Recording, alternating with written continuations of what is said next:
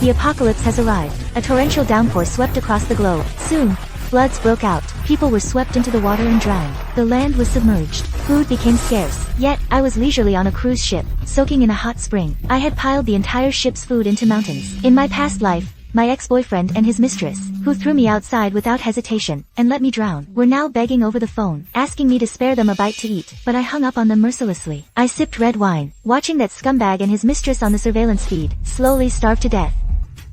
Time goes back to before the apocalypse. Why did you buy so much junk again? I was sitting on the sofa, lost in thought, when I heard a familiar voice, complaining about something, snapping back to reality. I saw my boyfriend, Pan Chi, frowning, and looking at me, the packages I just picked up from the delivery station, and beside him, Bai Yi, had her whole body, leaning against him. So, I had been reborn just before the apocalyptic downpour. Suddenly, a flash of light appeared before my eyes, something like a system panel, materialized in front of me. In the top left corner were 3 red numbers, displaying 091. In the center of the screen, there was a small raft. Only 91 days remain until the apocalypse. A mechanical system voice rang out, startling me. I looked up at the 2 people across from me. Their expressions were normal. It seems only I can hear this voice. What on earth is this thing? I wondered silently. Greetings, player. I am the Apocalypse Survival System. The apocalypse will arrive in 91 days. The entire landmass will be submerged by an unending torrential rain. The system, as if hearing my thoughts, answered immediately after my question. I tentatively asked in my mind, what's the purpose of this little raft? Sure enough, the system replied, I am the cruise ship upgrade system. As long as the player continuously supplies me with resources, the raft will gradually upgrade. At its final, max level, it becomes a massive cruise ship, 500 meters long, and 70 meters wide. What's the use of this cruise ship? When the apocalypse arrives, the cruise ship will materialize and appear before the player. Only people, authorized by the player within the system, can board this ship. Hearing this, I was instantly excited. A smile appeared on my face, but Pan Chi's voice interrupted me. Have you lost your mind, woman? I looked up, my smile fading, and stared at him coldly. Pan Chi, standing across from me, saw me. He just stood there, stunned for a moment. Then he suddenly broke into this creepy smile. Now his face was completely cold. It gave me goosebumps right away. I told you to stop buying this cheap junk. And what do? What's with the sudden laughing? Before I could even answer, Bai Yi, standing to the side, suddenly spoke up. Wu Yuan, I've told you so many times. These delivery boxes attract roaches. Be careful, or your whole place will be crawling with them. After saying that, she pretended to be scared and leaned into Pan Chi. On the surface, Bai Yi was my closest friend, but in my past life, she was secretly carrying on behind my back with my boyfriend, to steal Pan Chi away. She'd often make backhanded comments to put me down in front of him. Just like now, I always leave the boxes outside, but she still deliberately makes it sound disgusting, trying to make Pan Chi hate me even more. And Pan Chi totally fell for it. After hearing that, the look he gave me was even more disdainful. In my past life, I was pitifully naive. To win Pan Chi back, I actually gave him everything I had, holding nothing back, trying to move him. But all I got in return was them taking over my own home. They even took all the supplies I'd worked so hard to stockpile for themselves, and finally threw my dying self out the door. Now that I've been given a second chance, I finally see clearly the true faces of this despicable pair. When Pan Chi put on that disgusted look again, I fired right back.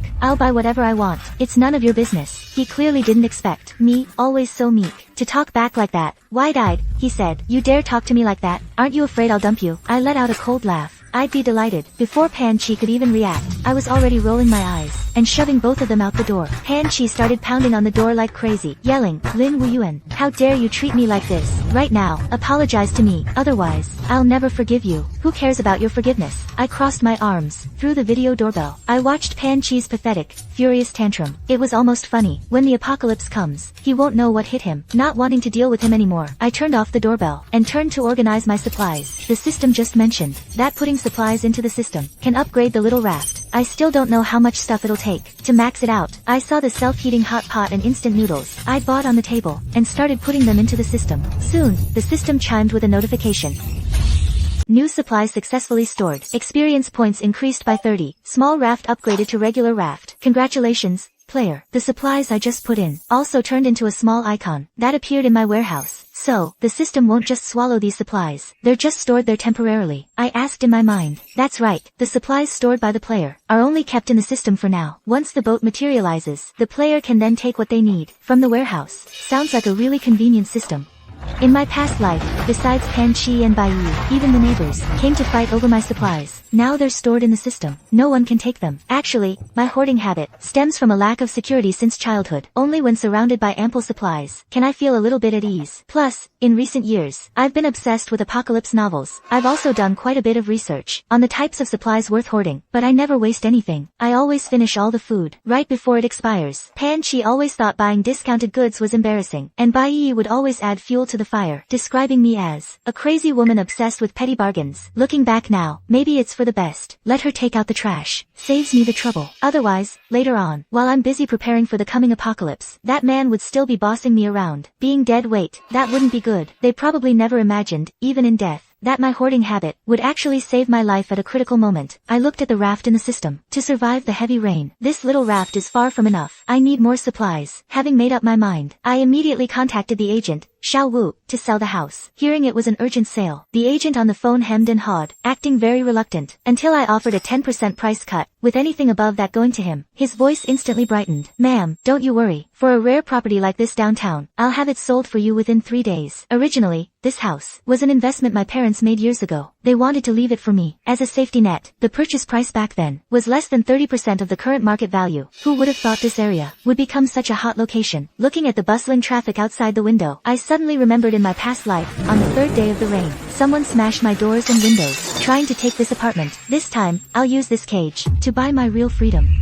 After hanging up with the agent, I immediately applied for 5 credit cards. Since I had a good credit history, I got pretty high credit limits. I cashed out all of those cards. Then, my eyes landed on the TV console. It was piled high with all the gifts I'd given Pan Chi, a limited edition Switch, a PS5, rare collectible figures. I chuckled to myself. Turns out I'd already been hoarding valuable items without realizing it. I took all this stuff and listed it for quick sale on second-hand platforms. Notification sounds immediately started going off non-stop. Once a batch of funds came in, I decisively started on a massive shopping spree. This was my favorite part. In all those apocalypse novels I'd read, I went to all the major supermarkets and bought up all kinds of basic staples like rice, flour, oil, all sorts of instant foods, canned goods, bottled water, drinks, snacks, and other long-lasting foods. I bought everything. To avoid raising suspicion, I bought a fully enclosed cargo truck. After each shopping trip, I'd have the workers help me load everything into the truck. Then I'd drive the truck myself and park it in my apartment's underground garage. After that, I'd move all the goods into the system's warehouse. Looking at the warehouse section, with all the goods neatly arranged, I felt a surge of security. As I placed the last case of cola from the truck into the warehouse, the system chimed. Congratulations, player.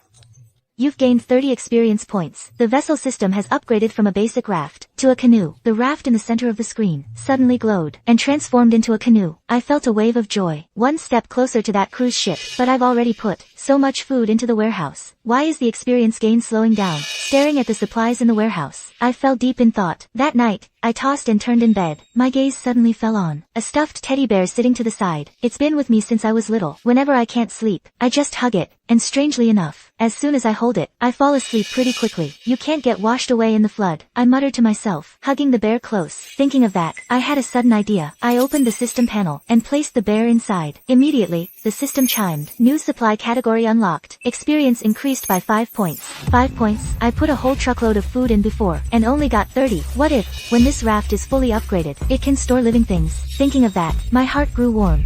I've made up my mind. Once I upgrade my raft to a cruise ship, I'll go buy some kittens and puppies. They'll keep me company on the cruise ship. I discovered that finding different types of supplies could also boost my experience points. That gave me even more motivation. Now I don't have to work like an ox, hauling food cart by cart, for just a tiny bit of experience. The next day, I was lying in bed, browsing a shopping app, picking out as many different types of supplies as I could. Then my phone vibrated. It was the agent, Xiao Wu. I quickly answered the call. Manager Wu, any news on the house? Since I'd just woken up, I hadn't spoken a word yet, so my voice was a bit hoarse. Ms. Lin, I have good news. The listing was only up for a few days before a buyer showed interest. He just came to the office, we chatted a bit, and he said he's willing to pay your asking price and buy it outright in cash. Xiao Wu's voice was full of disbelief. He also said he's an old friend of yours. He heard you needed to sell urgently, so he came specifically to help. An old friend.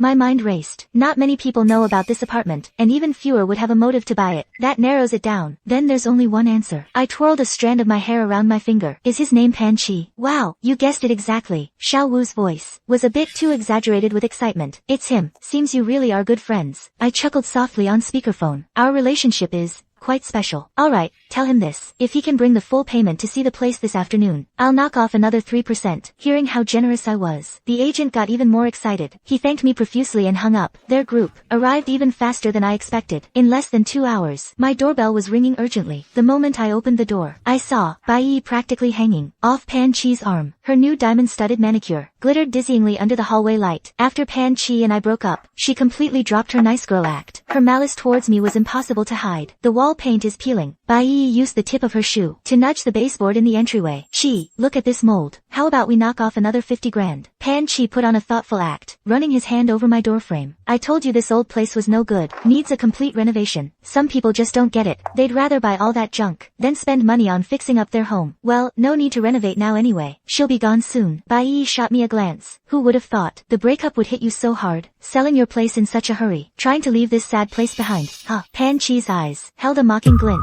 Little do they know, in my eyes, they're the real suckers. I didn't want to deal with them at all. I just wanted to unload the house quickly, to get cash for stockpiling supplies. They acted like they owned the place, inspecting everything. Bai used her long nails to point at everything, nitpicking the house, trying to get me to lower the price. But no matter how well they pretended, their joy was still obvious. It showed, of course, in such a prime location. To get a house at such a low price, anyone would think they got a great deal. They got a great deal. I leaned against the doorframe, arms crossed, watching their clumsy performance. Bai's new diamond manicure scraped against the wall. She scoffed. This dump. The paint is practically moldy, and you treat it like a treasure. I said calmly. Careful. If you damage the original imported wall paneling, you'll pay for it. She jerked her hand back as if burned, then tried to act calm. Who are you trying to scare? In this old house, custom made in Italy in 2010, cost 8,000 per square meter back then. I cut her off, and looked at Pan Chi with a smirk. Want to see the purchase contract? Oh, right. You were there too. Pan Chi's face instantly darkened. Of course he remembered. That year, he insisted on buying a pair of limited edition sneakers. I disagreed, so he maxed out my supplementary card in a fit of anger. Later, to apologize, he went with me to pick out this wall paneling. Bai, somewhat defiantly, muttered under her breath, "It's just a stupid wall. So stingy." Pan Chi, standing nearby, nudged her with his elbow, and whispered harshly, "Stop it." She awkwardly changed the subject. "Lin Wan, I know you've been buying a bunch of food lately. What are you trying to do? Aren't you afraid?" She deliberately drew out her words. "You'll attract rats to the house." My heart skipped a beat, but my face remained calm. "How do you know what I've been buying?" "Chi's supplementary card shows all your purchase records," Bai said smugly, waving her phone. "You made over 100 purchases just yesterday, buying all this stuff. Anyone who didn't know better would think the world's ending." Hearing Bai's words, my heart sank. What does she know? Just when I thought this pair of GNVs had realized the apocalypse was coming, Pan Chi took the chance to wrap his arm around Bai's waist. He said condescendingly, "We may have broken up, but seeing you go on this crazy shopping spree, as your ex, I feel I should remind you. Stop reading all those doomsday posts. You have the nerve to remind me." I let out a light laugh. "Let me remind you too. Don't spend my money on your mistress while snooping on my bills." Their faces turned pale. I felt reassured. So, they don't know the apocalypse is coming. I couldn't be bothered to deal with them anymore. I directly took the contract from the agent. "You've been looking at this place for ages. Are you buying it or not? Sign if you are. Get lost if you're not. There are 3 cash buyers waiting in line to see it." Before I could finish, Pan Chi snatched the contract. I knew he couldn't resist. He's had his eye on this place for a long time. Real estate contract. In my past life, the day after the downpour started, he brought Bai over and forced his way in, claiming it was to protect his girlfriend's property. Pan Chi looked at the contract. His fingers trembled slightly with excitement. Bai, standing beside him, anxiously tugged his arm. "Chi, what are you hesitating for? Sign it. A house this cheap won't last." You heard her say. "Others are waiting to see it." "But..." Pan Chi looked troubled. "But what?" Bai's voice cracked with urgency. Pan Chi quietly pulled her aside, lowering his voice. "She wants full payment. I don't have enough cash on hand." Sweat was already beading on his temples from the stress. "Why didn't you mention this sooner?" Bai gave him a light, scolding hit. Then she pressed. "How much are you short?" Pan Chi hesitantly named a figure. Hearing it, Bai gasped. "That's no small amount." She instinctively touched her purse. Her gaze shifted uneasily between me and Pan Chi. Sensing Bai's hesitation, Pan Chi quickly took her hand. "Once we get the house, we can flip it for $1 million profit. Then we can buy any bag or jewelry you want." That was the final straw. That broke the camel's back. Bai gritted her teeth. She pulled a card from her purse. I have some savings here. Use this for now. The agent, Xiao Wu, stepped in to smooth things over. What a perfect match you two are. Such a generous and considerate girlfriend. Is hard to come by. He deftly pulled out a POS machine. Let's get the paperwork started then. I watched Bai Yi, trembling as she entered her PIN. It reminded me of how, in my past life after the downpour, she had once bragged proudly about this money. It was her mother's dowry for her. I bet her mother, resting underground, knowing her daughter turned out like this, would turn in her grave.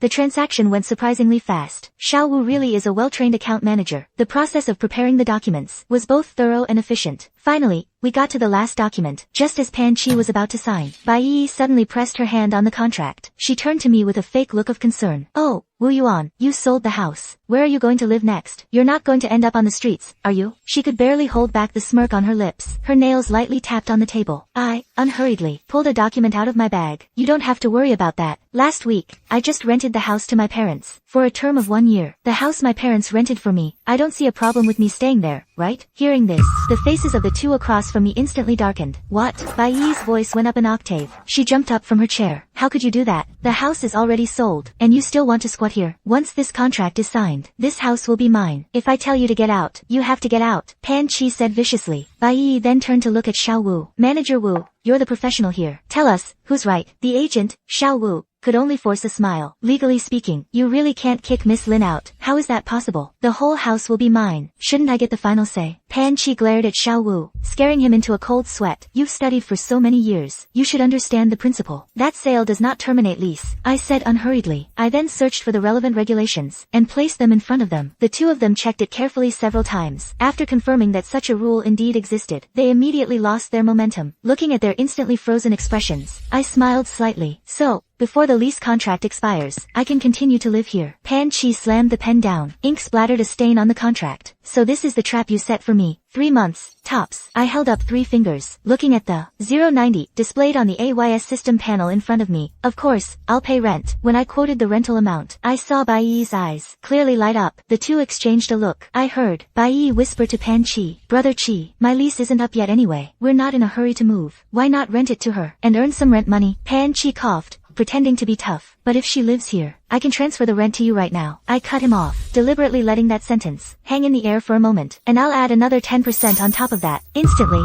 the two looked at me, their eyes lighting up.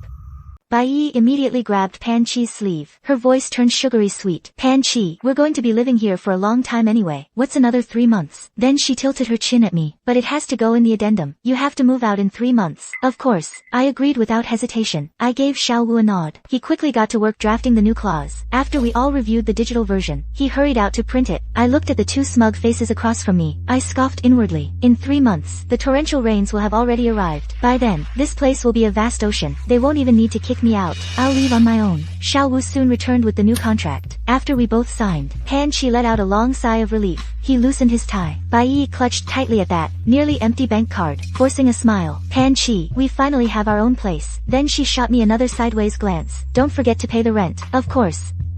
I promptly picked up my phone, and transferred 3 months rent plus deposit, directly into Pan Chi's account. Hearing the payment notification sound, the corners of their mouths stretched from ear to ear. Pan Chi and Bai Yi left arm in arm, beaming with joy. Right before walking out the door, they deliberately kissed right in front of me. The old me would have been heartbroken by that scene, but the me now just finds their little act utterly ridiculous. After seeing them off, the agent, Xiao Wu, also left satisfied, contract in hand. Before leaving, he gave me a meaningful look, as if to say, nice move. The moment the door clicked shut, the air fell silent. I was alone in the room. None of them knew. My parents had actually passed away long ago. Saying my parents rented it to me was just a lie to fool them. I slowly walked to the center of the living room, looking around at this space, filled with memories from my past and present life. The afternoon sun filtered through the sheer curtains, onto the floor covered in a thin layer of dust, casting dappled patterns of light. My hand instinctively touched the wall, where a faint scratch was. That was from Bai Yi, dragging her nail across it earlier. How pathetic. I let out a derisive snort. I pulled up my banking app, when I saw the screen, and that reassuring string of numbers. The tension in my jaw finally eased. My finger lightly traced the screen, counting the zeros. A solid sense of security welled up inside me. This money is enough to stockpile more supplies, and upgrade my boat system faster. My gaze, inadvertently, swept over the living room chandelier, concealed a pinhole camera. It was silently recording at that very moment.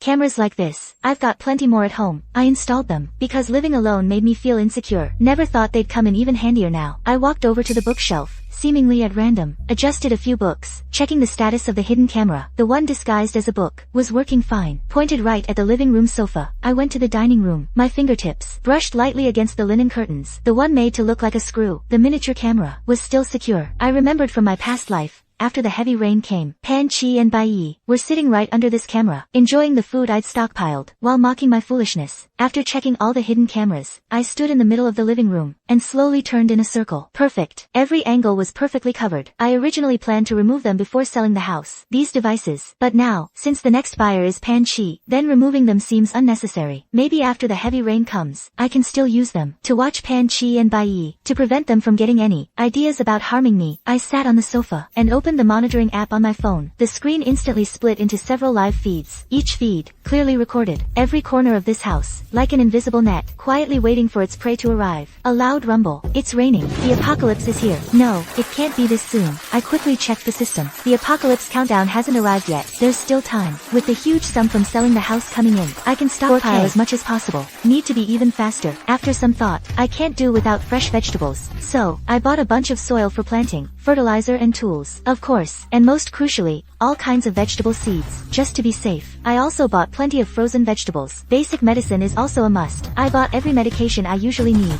and stocked up on cold medicine, antibiotics, anti-allergy meds, and other basic drugs. When the apocalypse comes, energy will be crucial too. I went and bought all kinds of generators, fuel, water purifiers, and various wilderness survival gear, to make things easier to find. I categorized all the stockpiled supplies.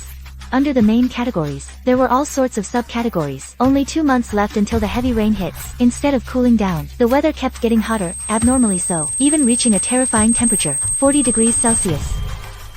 For weeks on end, not a single cloud in the sky. The scorching sun baked the earth. Even the asphalt roads were shimmering with heat waves. People in summer clothes hid in air-conditioned rooms, complaining about this awful weather. It's almost autumn, yet it's still so hot. Global warming is getting worse and worse. I stood in the mall, before the floor-to-ceiling window, the AC blasting, watching the blindingly bright streets outside. Pedestrians hurried along, shielding their eyes from the sun. No one knew that this intense heat was the prelude to the apocalyptic downpour. Only the countdown, on the system panel before me, warned of the coming disaster. "Miss, would you like all of these packed?" The sales clerk's voice pulled me back to reality. I looked away from the window. My gaze fell on the mountain of supplies piled on the counter. Waterproof matches, high-strength nylon rope, multi-tool knives. Wrap them all up. I handed over my credit card, but my focus was on the system panel in my mind. Large multi-dimensional sailboat upgrade progress. 47%. Next level, Mingluan steamship. Not enough. Not nearly enough. For the next month, I was like a tireless hummingbird, flitting to every corner of the city. Today's target, medical supplies. The medicine I bought earlier. I thought it over, and it still felt far from enough. When the apocalypse comes, anything could happen. I need to prepare more equipment and medicine, in case of emergencies. I walked slowly into a medical equipment store. It was the biggest one in the city. Thermometers,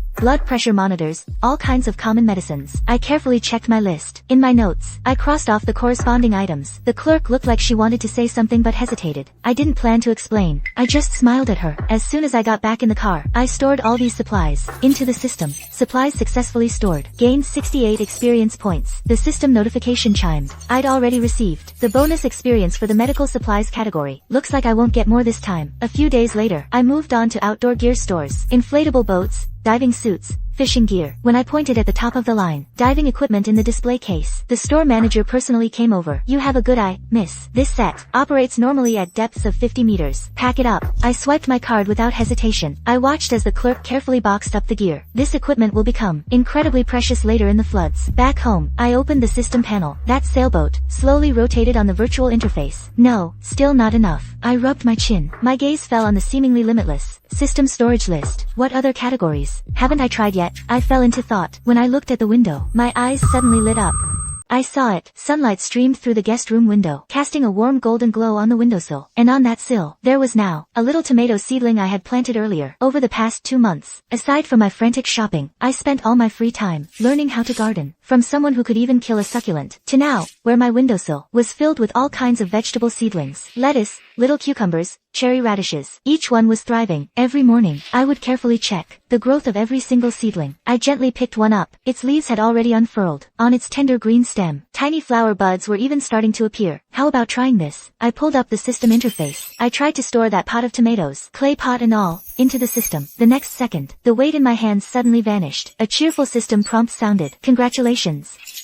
New category unlocked. Live plants. Experience increased by 50 points. My eyes widened in pleasant surprise. I quickly stored all the other potted plants into the system, one by one. With each pot stored, my experience points jumped up. When the last pot of lettuce vanished from the sill, my system interface suddenly erupted in a dazzling golden light. The sailboat transformed and expanded within the glow, finally turning into a majestic-looking steamship. Copper pipes gleamed with a metallic sheen. On its black hull, there were even intricate relief decorations. I gazed at it, mesmerized. This new ship was noticeably larger than the previous sailboat. On the deck, I could even see a small greenhouse dome. It seems the system automatically assigned a planting area for my plants. Great. I just wonder, what happens to the plants stored in the system warehouse? Early the next morning, I retrieved a pot of tomatoes from the warehouse. I examined its condition closely. To my delight, preserved by the system, it seemed to have entered a sort of dormant state. The leaves were still lush and full, showing no signs of wilting at all. It looks like from now on, I can grow many different crops, fruits, herbs, medicinal plants. Besides plants, I also raised all sorts of chickens, ducks, fish, sheep, and so on. I even got one cat and one dog. It's just a shame that these, like the plants, no matter how many I add, only give a tiny bit of experience. Watching the supplies in my warehouse grow daily, my sense of security gradually increased. Half a month until the apocalypse countdown. The entire city was still sweltering, but I could already faintly smell an unusual dampness in the air. My shopping list was getting shorter and shorter. In its place was a hand-drawn map for hunting rare items. The map marked various obscure flea markets around the city, craft workshops, even scrap yards. I felt like I had already bought everything I could think of, every category, but my experience was still slowing down. Just as I was at my wit's end, a turning point soon arrived.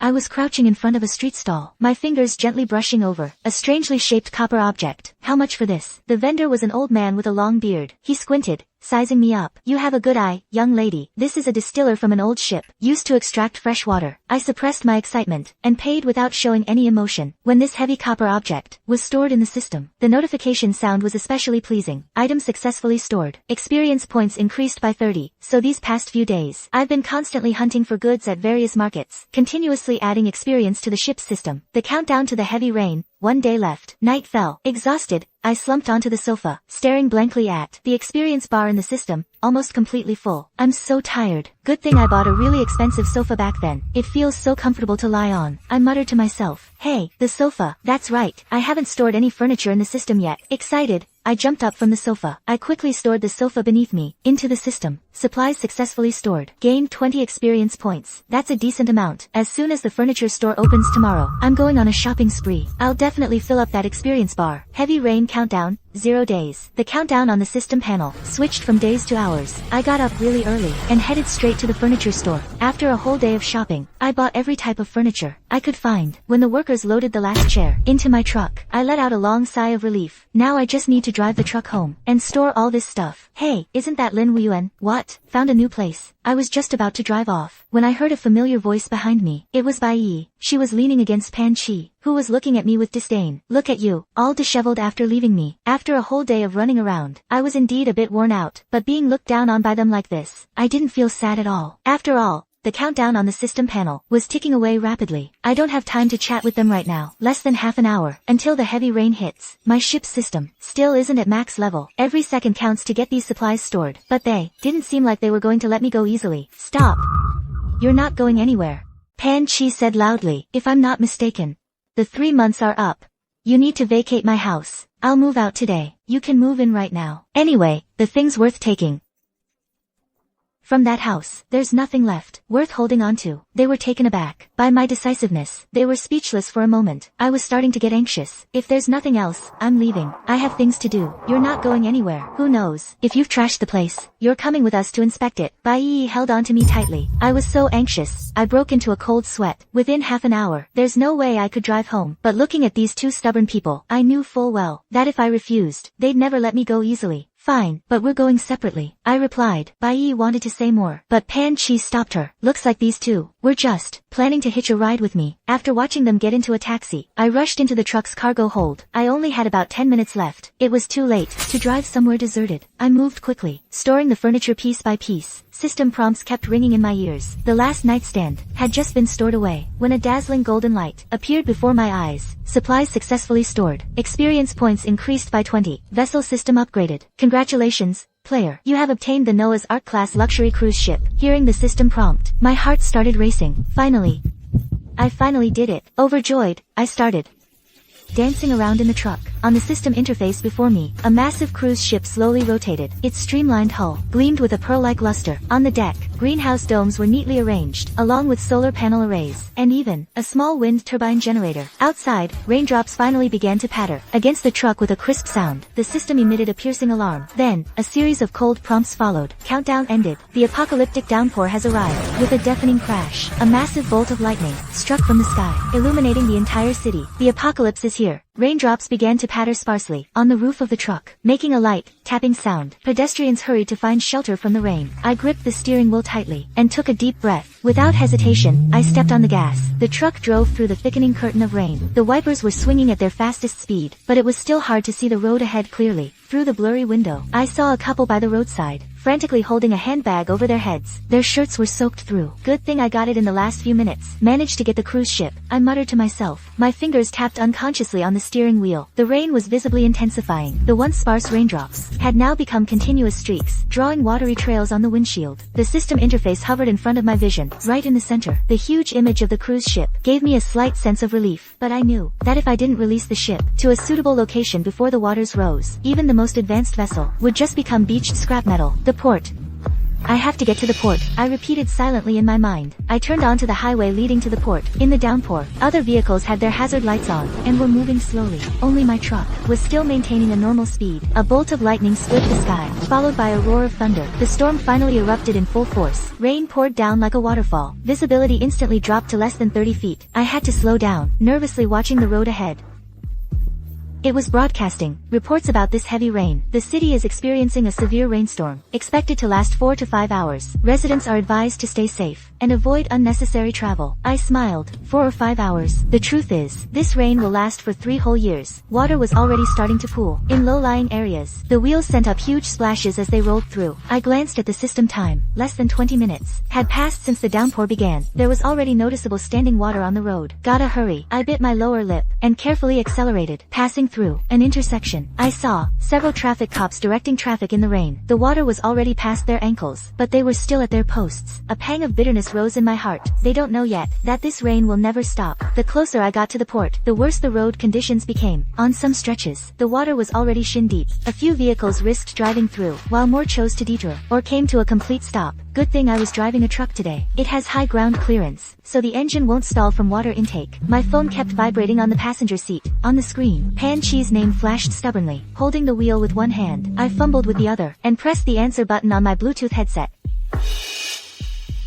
Lin Wan, Pan Chi's voice, blasts in my ear, almost drowning out the truck's engine and the rain. We're at the house now. Where are you? Weren't you supposed to wait for our walkthrough? I carefully steer around a stretch of road with deep standing water, keeping my voice as steady as possible. Something urgent came up. I had to leave. You, on the other end of the line. I hear his furious, ragged breathing. Then, Baiyi's voice in the background, quietly egging him on. You know what? We found some problems. Pan Chi starts nitpicking incessantly. The living room floor is dented from your furniture. The sliding door to the balcony is stuck too. And also, just name a price. I'll pay you. I cut him off impatiently, while jerking the steering wheel, to avoid a floating trash can. The line goes quiet for a moment. I can almost picture the two of them exchanging a look, greed flashing in their eyes. The truck enters the port area. The rain intensifies. Heavy rain pounds on the roof, creating a deafening roar. A moment later, Pan Chi throws out an outrageous figure. I can't help but laugh. The port's main gate is just ahead. A security guard is struggling to close it. Is that so? I mute my phone's microphone and honk the horn. At the same time, I roll down the window and shout to the guard. Scheduled cargo ship supplier. Then I unmute and continue into the phone. Then I'll need to verify the damage. The guard hesitates, then opens the gate. I drive into the port. There's a rustling sound on the line, followed by whispers. Please circle exactly. What's different from 3 months ago? I say, parking the truck at the farthest berth.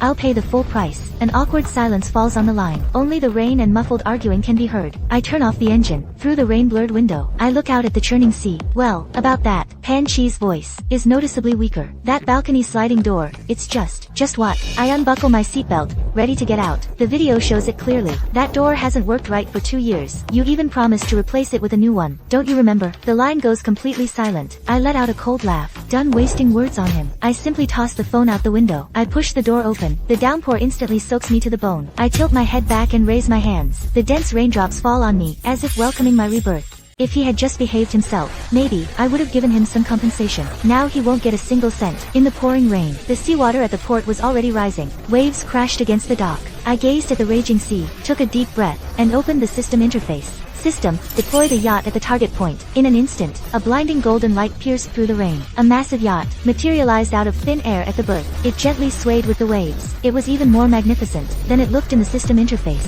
Its streamlined hull, even in the downpour, still gleamed with a pearl-like luster. I quickly climbed the gangway. When my feet touched the yacht's deck, an unprecedented sense of security washed over me. I turned to look. The city beyond the port was already shrouded in a gray curtain of rain. Streets had turned into rivers, with cars floating like toys in the water. I pushed open the heavy cabin door. Instantly, the sight before me left me breathless with awe. A grand lobby with a nearly 10-meter high ceiling came into view. A crystal chandelier hung from the dome. Thousands of Swarovski crystals sparkled under the lights. The marble floor was polished to a mirror shine, reflecting the golden pillars on either side. A faint fragrance lingered in the air. My shoes were completely soaked. I just took them off and tossed them aside. When my bare feet touched the soft Persian carpet, it felt like I was walking on clouds. To the left was a soaring curved staircase. To the right, an entire wall was floor-to-ceiling glass. Outside, the rain poured down, making the interior feel even warmer and more serene. My drenched clothes clung to me, and I was shivering from the cold. I hurriedly followed the system's instructions, and walked quickly toward the guest cabin area. The moment I pushed open the presidential suite's door,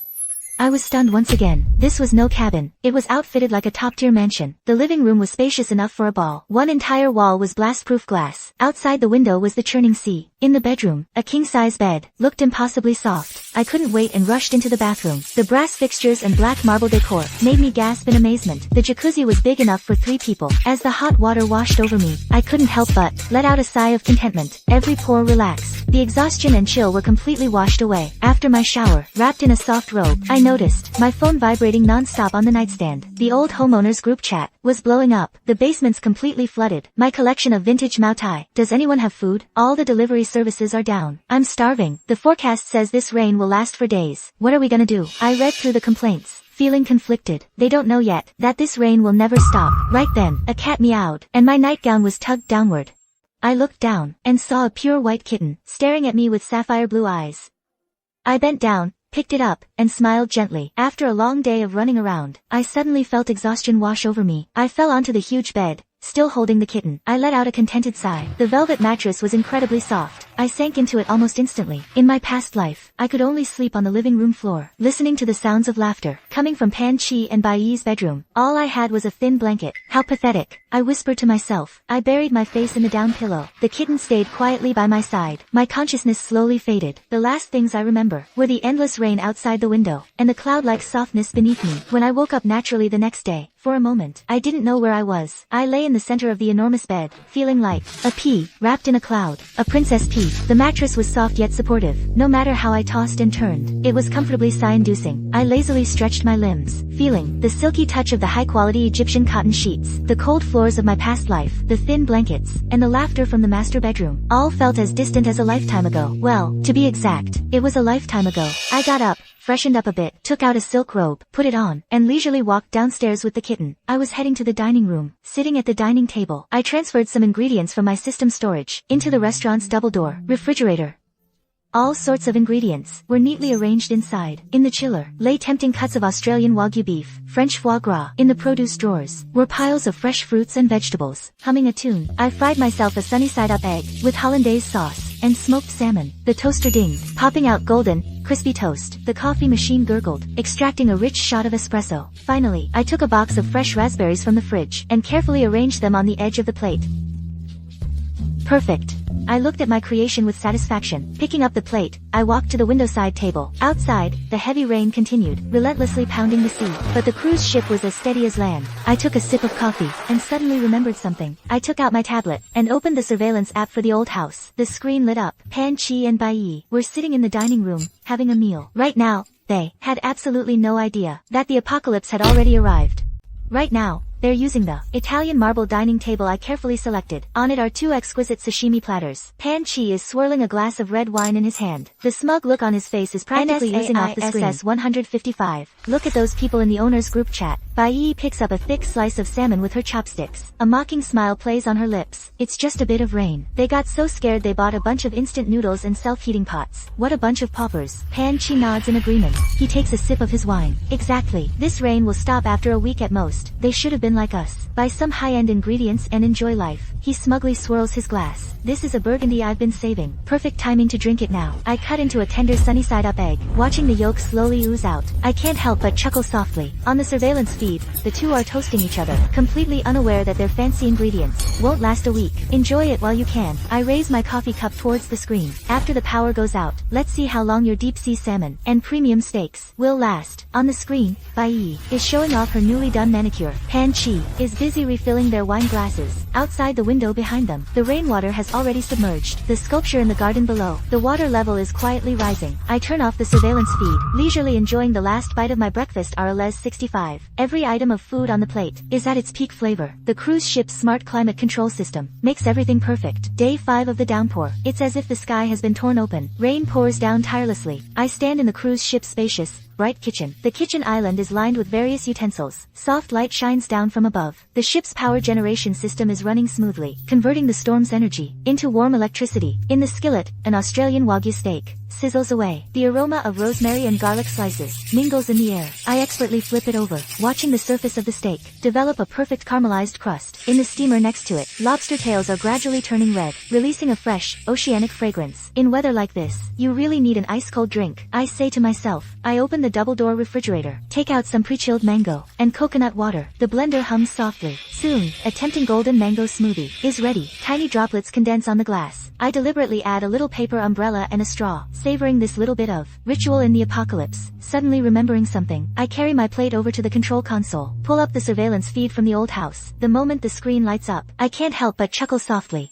On screen, Pan Chi stands before the open refrigerator and lets out a sigh. The freezer compartment, once packed with premium ingredients, is now a complete mess. Thawed blood and water ooze from spoiled steaks and salmon fillets, making the whole fridge a disaster. He grabs a box of Wagyu beef that's turned gray and throws it into the trash with a pained expression. I told you before, we should have bought some canned food and self-heating meals. He shoots Bai Yi an accusatory glare. Great, all this fancy stuff is ruined. Bai Yi is fixing her hair in the mirrored cabinet. Hearing this, she immediately fires back. Who was it that said they loved a refined life and looked down on someone like Lin Wan, who insisted everything had to be practical? She mimics Pan Chi's tone. Buying that cheap stuff is so tacky. We need to live with taste. Wasn't that you? Pan Chi is left speechless. His lips move, and he finally mutters quietly. At least the instant food she stockpiled wouldn't spoil after 2 days without refrigeration. If she were here, we wouldn't be starving right now. He says this very softly, but Bai Yi clearly hears it. She whirls around. Her eyes are wide. Her freshly done nails dig deep into her palms. Pan Chi, how dare you say that? I slice into a perfect steak. The meat is tender and juicy. On the monitor, the two are already in a heated argument. Pan Chi looks at the empty kitchen, his eyes filled with unconcealed regret. Bai Yi's face is flushed with anger. She slams the last half bottle of mineral water hard onto the table. The heavy rain has contaminated the water supply. The water coming out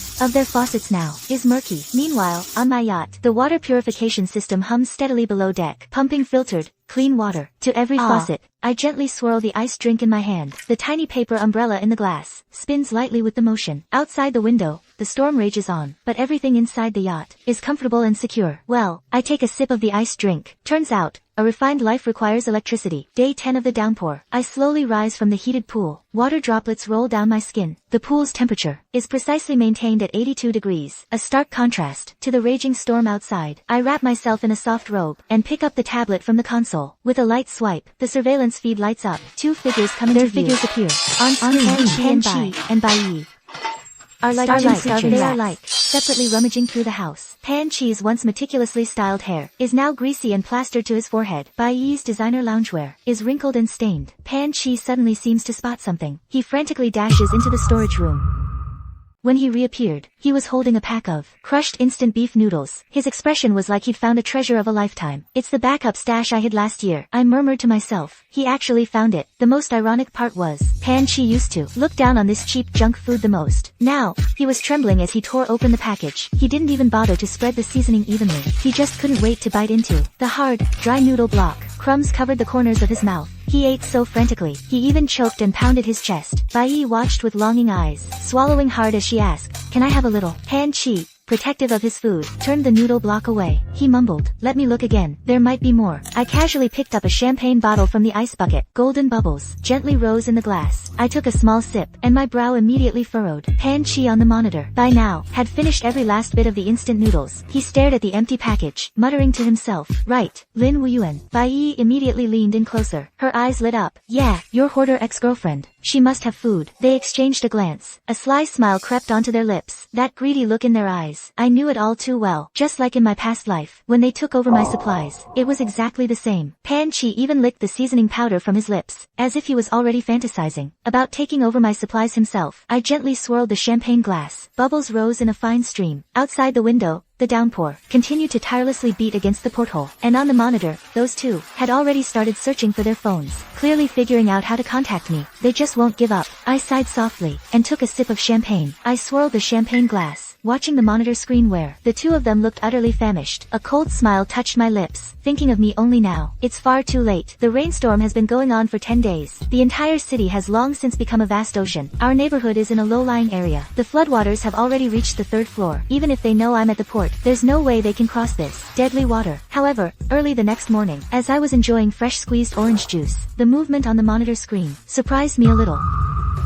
Pan Shizheng drags several plastic storage bins into the living room. Bai Yi, meanwhile, is frantically rummaging through everything. The dark circles under their eyes show they haven't slept all night, but in their gaze, a kind of desperate hope burns. These will work. Pan Chi excitedly holds up a few shelves torn from a wardrobe. Bai Yi grits her teeth, suddenly rushes into the bedroom, and comes out with an armful of her most cherished designer dresses. I recognize that one dress instantly. That designer dress. In my past life, she proudly told me, Pan Chi bought it for her, using my credit card. What surprises me is, she actually picks up a pair of scissors, and, without hesitation, cuts the expensive fabric into strips. Her slender fingers turn white from the strain, but her eyes hold only a mad obsession. Tie this part tighter. Pan Chi, sweating profusely, directs her, using the designer fabric to bind the planks and plastic bins together. After hours of struggle, a shabby-looking raft actually takes shape. It looks like it could fall apart at any moment. With great effort, they move the raft downstairs and set it on the water. It's a wreck, but it actually floats. Han Chi cautiously climbs on first. The raft rocks violently. Bai Yi screams in fright. Hurry up.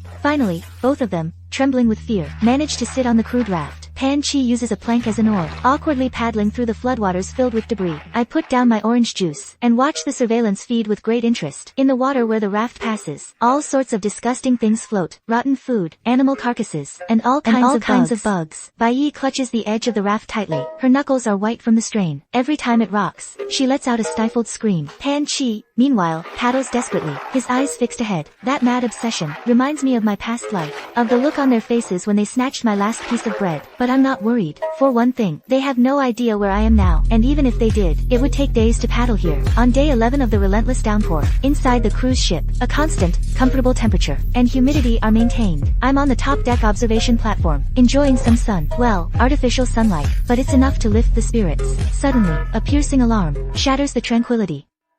The system interface suddenly flashed red. A mechanical alert sounded in my ears. Warning, human life form detected approaching. Distance, 200 meters. Continuing to approach. I raised an eyebrow and stood up, hurried towards the control room. The HD surveillance feed lit up. That shabby raft was struggling through the waves. Han Chi and Bai Yi were soaked, their lips purple from the cold, yet they were still desperately paddling. They actually found their way here. I scoffed lightly. Seems Pan Chi is more cunning than I thought. He probably planted a tracker in my truck, or in my phone. They were clearly stunned by the massive yacht before them. Bai Yi's jaw dropped, forgetting to paddle. Pan Chi's eyes gleamed with greed, like a starving wolf spotting fresh meat. Open the door. Lin Wan, we know you're in there. Pan Chi used all his strength, pounding on the yacht's custom alloy door. His palms turned red from the effort. I leisurely pulled up the external comms system. Their faces instantly appeared on the display by the hatch. They were startled at first, then their expressions turned to wild joy. Wan, thank goodness, you're alive. We went through so much to find you here. Let us in, quick. Yeah, for old time's sake, please help us. This awful weather is terrifying. I smiled slightly, turned and fetched a plate from the dining table. Freshly seared foie gras. It's golden, crispy surface still steaming, paired with black truffle sauce. The aroma seemed to pierce through the screen. Their words died in their throats. I deliberately cut a piece slowly, letting the knife and fork clink, with a crisp sound. As the foie gras melted in my mouth, I closed my eyes in satisfaction. Through the screen, I could clearly see their throats bob, frantically swallowing. You, Pan Chi finally realized. I was toying with them. His face turned livid with rage. Lin Wan, what do you think you're doing? Bai Yi, meanwhile, kept up the act, tears welling up on cue. Wan, we truly know we were wrong. Have some pity on us, please. I set down my cutlery, picked up the glass of red wine and took a sip, then finally spoke slowly. Have you two perhaps forgotten who it was that said stockpiling supplies was tacky? They were instantly speechless. I continued enjoying the meal, savoring every bite meticulously, as they watched helplessly, me finishing the last piece of foie gras. Pan Chi finally snapped. You bitch. Open this door. He kicked the alloy door madly, only to be thrown back, staggering from the recoil. Bai Yi also dropped her disguise, screaming curses. I hope you die a horrible death. Just wait till we get in there. I let out a soft chuckle. I shut off the external comms. Their shouts and curses were completely cut off. They could only rage helplessly, pounding on the indestructible alloy door. The alarm system showed they were still trying every futile method. Meanwhile, I was about to go enjoy a nice, hot shower. When I woke up, the rain outside showed no sign of letting up. It kept pattering against the porthole. I sat up lazily, stretched, and while brushing my teeth, I turned on the monitor screen. The entrance was empty. Only murky floodwaters gently lapped against the hull. They finally gave up. I chuckled again. In a good mood, I headed to the kitchen. The popcorn machine hummed. Golden kernels popped and crackled. I casually grabbed an ice-cold can of cola from the fridge. I poured it into a special cola glass, tossed in a slice of lemon, and watched the bubbles rise merrily. I took a sip. The icy chill gave me a jolt. Then I sighed with satisfaction. Arms full of snacks, I walked into the private theater. I sank into the soft leather sofa, and started browsing the movie library. But just as the screen reached a crucial plot point, a piercing alarm shattered the peace again. I frowned impatiently, and hurried to the control room. The monitor feed made me pause. Ahead of the cruise ship, a dozen or so people had gathered. They stood on a few crude rafts. Pan Chi and Bai Yi stood at the front. Behind them were a group of gaunt survivors. Everyone, look, Pan Chi shouted hoarsely, pointing at the cruise ship. There's food, drinks, and electricity in there. Yet she's alone, hogging all these resources. The crowd immediately grew restless. A woman cried out, please, open the door. My child hasn't eaten in 2 days. In her arms was a boy who looked about 10 years old. Bai Yi stepped forward at the perfect moment, putting on a pitiful act. It's all my fault. Maybe because I've always been more accomplished than Wu Yuan. She's grown resentful. She wiped away non-existent tears. If only I'd realized her jealousy sooner, maybe this wouldn't have happened. Her words instantly inflamed the crowd. A burly man waved his fist and roared, out of jealousy. She shuts out so many people. Is she even human? Exactly. Open the door. Others joined in. Why should you have it all? Pan Chi seized the chance to fan the flames. We're starving to death, and she's in there living it up. A selfish person like her deserves to. Before he could finish, someone suddenly started using an iron rod to batter the cruise ship's door. Seeing this, the others also grabbed whatever tools they could find, and started frantically smashing against the hull. I stood before the control console, watching through the high-definition camera, as the frenzied crowd outside raged. Their shouts and the banging on the door came through the thick alloy door, faint but audible, like the howls of trapped beasts. Everyone, I pressed the external comms button. My voice came out calmly through the speakers. If you continue trying to break the door down, the cruise ship's security system will initiate a self-destruct sequence. The crowd fell silent instantly. All movement froze. I continued, speaking slowly and deliberately. Then all the supplies in this warehouse will sink to the bottom of the sea. You'll get nothing. A tall, thin man scoffed. Who are you trying to scare? You're definitely bluffing. Exactly. A woman chimed in. Look at her. Maybe there's not even much in there. She's just putting on a brave face. I smiled slightly. I turned and picked up a plate of freshly grilled steak from the nearby dining table. Australian grass-fed steak with black truffle. The sauce was still steaming. I deliberately moved closer to the camera, so everyone could see clearly every detail of this delicacy. I let out an exaggerated sigh of appreciation. Slowly, I cut off a piece, letting the sauce drizzle down. This steak is cooked to perfection. Outside the door, the crowd fell dead silent. All you could hear were the sounds of them swallowing hard. Then, as if by magic, I produced a cup of ice cream. I scooped up a spoonful. Can't skip dessert, right? Pan Chi's eyes were glued to the food on the screen. His Adam's apple bobbed repeatedly. Bai Yi watched, green with envy. Her nails dug deep into her palms. JR. Suddenly, someone roared in fury, but was immediately pulled back by a companion. Don't be rash. What if she's telling the truth? And so, the group remained deadlocked in the pouring rain, unable to advance or retreat. The rain soaked them to the bone. Some started sneezing, shivering uncontrollably. Finally, someone couldn't take it anymore. Let's go. Staying here isn't getting us anywhere. Gradually, the crowd began to disperse, each paddling away on their crude rafts. disappearing into the curtain of rain. In the end, only Pan Chi and Bai Yi remained, unwilling to give up, staying before the cruise ship. They knelt on the platform in front of the ship's door. Rain streamed down their hair. Wu Yuan, we were really wrong. Pan Chi's voice trembled with tears. For the sake of the love we once shared. Bai Yi also wept, her face streaked with tears. It was all my fault. I shouldn't have been jealous of you. I shouldn't have taken Pan Chi from you. Please forgive us.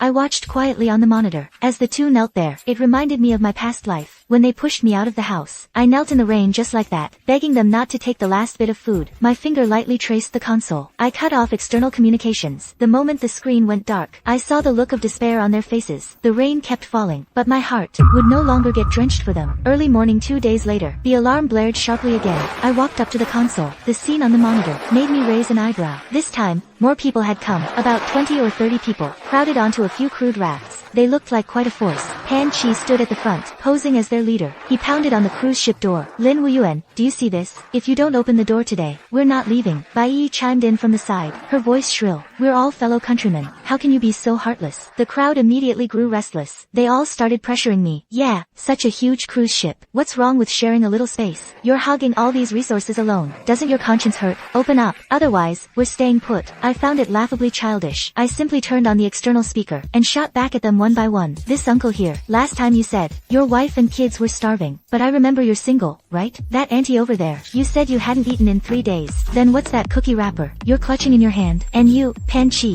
didn't you say you'd never come back? The people I called out flushed red. They stammered, unable to speak. Amidst this farce, my gaze was suddenly drawn to a girl, standing at the very back of the crowd. She looked no more than 10 years old. Her frail body was wrapped in an oversized raincoat. Her face was frighteningly pale. The entire time, she stood quietly at the back. She didn't join in the shouting. She didn't even look up. What about you? I asked her directly through the speaker. Don't you have anything to say? The girl seemed startled to be addressed. She flinched. Timidly, she looked up at the camera. Her eyes were large, but held little light.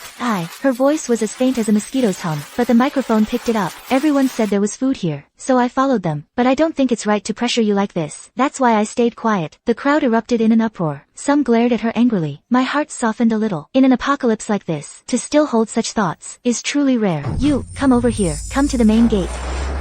Under everyone's astonished gaze, the girl hesitantly paddled her small raft closer. I quickly navigated to the access permissions on the system's control interface and added her facial data to the whitelist. System, open an entry passage for whitelist personnel. Why does she get to go in? Pan Chi was the first to react, hopping mad. I replied calmly, because she has a decent moral compass. A small hatch on the side of the cruise ship slowly opened, just wide enough for one person. The girl stared in disbelief at the open door, then looked back at the crowd behind her, who were stunned speechless. Hurry up and get inside, I urged, just as the girl stumbled across the threshold. A few unwilling people tried to rush in after her. However, an invisible energy wall suddenly appeared and flung them back violently, sending them splashing into the water. Warning. Unauthorized personnel are prohibited from entering. The system's mechanical voice rang out coldly. Seeing this, the crowd finally gave up all hope. Some cursed under their breath. Others hung their heads in defeat. But eventually, they all paddled away on their rafts. The hatch slowly closed, shutting out both the storm and the greed. The girl stood inside the dry cabin, looking around at everything, unsure what to do. Welcome aboard the Dawn, I said to her through the internal comms. Go take a hot shower first. I've got some clean clothes ready for you. Through the monitor, I saw the girl's eyes suddenly well up. She said softly, thank you for believing in me. And I, in this apocalypse, had finally found the first person worth saving. What's your name? I asked over the comms. I'm Xia Jian. The girl answered properly. All right.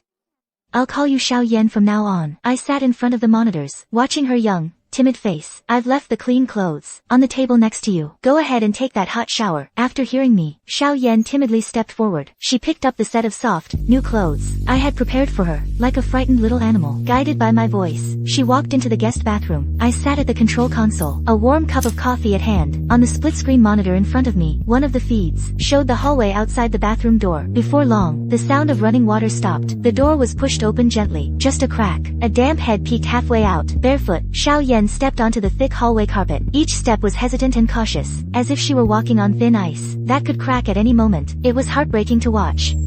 She stops at the entrance to the living room, not moving forward. Her gaze timidly drifts over the nearly 30-foot-high vaulted ceiling, the hanging crystal chandelier, and finally lands on the polished, mirror-like marble floor. There, Her small, bewildered figure is reflected. Looking at that lonely and tense silhouette of hers, I let out a soft chuckle. I get up and head to the living room. The look on her face, a mix of awe and fear, reminds me of myself when I first boarded this ship. Coming from the harsh conditions outside, the sheer luxury inside this cruise liner always feels surreal. I walk down the stairs step by step. I see Xiao Yan still standing in the same spot, not having moved an inch. It seems that until she gets my permission, she doesn't dare move around. Good. Seems my decision to save her was right. Your room is ready. I speak up, breaking the silence in the living room. She's startled. Her head whips around to look at me. Her big eyes are still misty from her shower. I give her a nod. Follow me. She hesitates for a few seconds, then obediently follows me to the guest room. I stop at the guest room door, enter a code, and the door slides open. Every room on this cruise ship can be locked. I can control their locks through the central system. Of course, I can also set passcodes, so others can come and go. Your room code is 102-548. My room. She looks utterly incredulous. I nod and walk into the guest room. I specifically picked a comfortable one, with a nice view. Xiao Yan follows me in slowly, looking around curiously, but she's still being very careful. I can't help but chuckle. This is yours from now on. You can do whatever you want here. No need to be so formal. Hearing this, she hesitantly sits on the edge of the bed. Her hands instinctively press down on the snow-white duvet. The extreme softness seems to startle her, making her pull her hand back as if shocked. Her fingers curl up. Seeing her like this, I feel an inexplicable pang of sympathy. It seems this kid's life before the apocalypse wasn't easy either. Just as we're staring at each other, unsure what to say, Xiao Yan's stomach suddenly growls. Her face flushes bright red. She looks terribly embarrassed, quickly lowering her head and covering her stomach.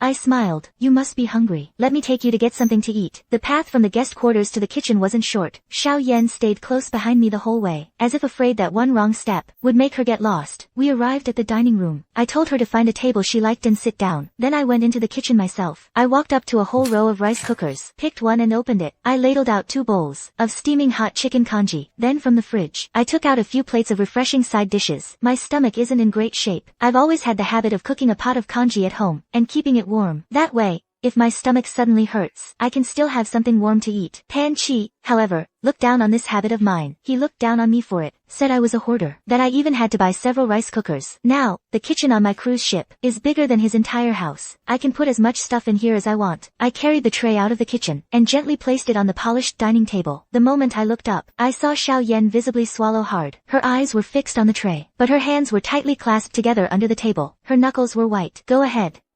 I sat down across from her. My tone was calm. You must be starving. Finally, trembling, she picked up a spoon. When the first bite of congee entered her mouth, her eyes instantly reddened, but she kept her head down, not letting herself cry out loud. I patted her hand reassuringly. Then I picked up my own spoon and took a sip of congee. She's clearly been through something, but now isn't the time to ask about that. The bowl of congee was soon empty. She ate every last bit in her bowl. Not a single grain of rice was left. Would you like more? I asked tentatively. She timidly looked up at me, hesitated for a moment, then shook her head gently. Sis, thank you for saving me, but I understand. In the current situation, food is extremely scarce. I watched her staring at the empty bowl, looking like she wanted more. I found it kind of cute. Yeah, out there in the world, a bowl of chicken congee like this might be worth its weight in gold by now. But what she doesn't know is, on my cruise ship, there's as much of this food as you could want. But I don't know this person in front of me yet. I can't reveal my wealth so easily, so I just said vaguely, things might be a little tight, but your meals, your sis can still afford. With that, I got up and went back into the kitchen. I used a clay pot to scoop out a full pot of chicken congee. Then I heated up a cup of milk and brought it all out. Seeing the tray in my hands, Xiao Yan's eyes lit up. Seeing her like this warmed my heart, but I quickly suppressed that feeling. My experiences from my past life made me unwilling to trust anyone again, even if the one in front of me is just a child. Just then, the system's voice suddenly sounded. The cruise ship is approaching the Antarctic glaciers. Please prepare to decide whether to stop.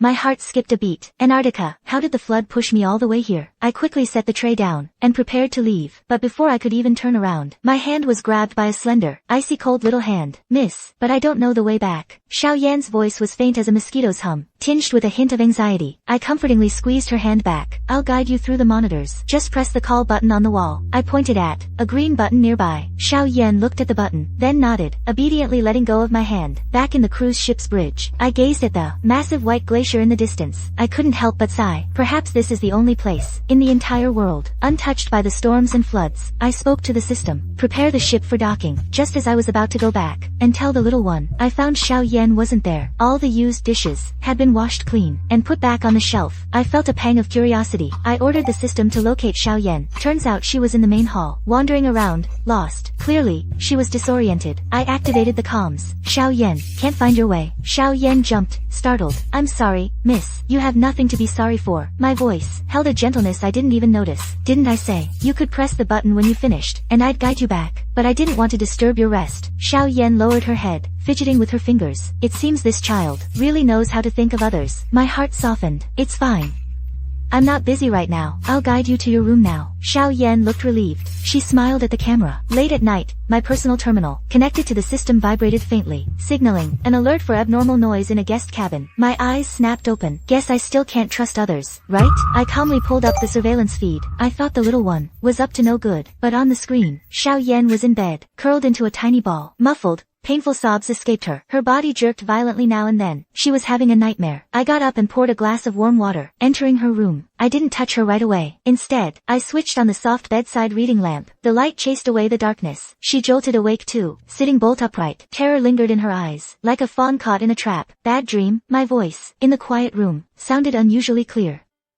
She stared at me blankly. Her chest heaved violently. I handed her a glass of water. She took it with trembling hands. Her fingertips were ice cold. You're safe here. I looked at her. My tone was firm. It carried a kind of calm born of absolute strength. The door is 8 inches of alloy armor. There's a high-voltage electric net underwater. Without my authorization, not even a mouse could get in. She held on to that glass of water. The warmth seemed to travel through her palms and slowly seep into her chilled body. Her frantic breathing gradually steadied, though fear still lingered in her eyes. At least she'd stopped trembling. Thank you. She looked at me sincerely. I know how difficult it must be for you to take me in. Under these circumstances, I shook my head. It's fine. I could use some company myself. That part was true. In this post-apocalyptic world, if someone stays isolated for too long, it's easy to have a mental breakdown. So I need someone safe, someone who won't hurt me, to be with me. So in a way, it's not just me saving Xiaoyan. Her presence is also easing my own psychological pressure. Xiaoyan looked at me. It seemed she still had something to say, but she held it back. I'm not scared anymore. You should go get some rest. I nodded. There's plenty of time. We'll have lots of chances to talk. The next morning, I slowly opened my eyes. While I was halfway through washing up, it suddenly hit me. I'd saved someone yesterday. Is Xiaoyan up yet? I asked the system in my mind. While brushing my teeth, a new menu labeled Personnel appeared on the system panel. Xiaoyan's profile picture was on it, followed by the name Xia Jian. On the far right, her status was listed as awake. There was no movement trail on the entire cruise ship, meaning after Xiaoyan woke up, she'd stayed in her room and hadn't wandered around. 1558. So it seems, she really is a very cautious and well-mannered person. For me, that's just perfect. I got up and headed to her room, planning to take her to the dining room for breakfast. Steaming hot, scrambled eggs and fried bacon were served. Xiaoyan quickly thanked me and started wolfing it down. For a moment, the only sound in the dining room was forks clinking against ceramic plates. Looks like she woke up early, but didn't dare disturb me. I was about to say something more when the system alert sounded without warning, cold and clear. Warning: external disaster level has been raised to category 4. Extreme weather frequency and intensity are increasing. Oceanic disturbances are intensifying. The cruise ship must dock as soon as possible. Host, please increase vigilance.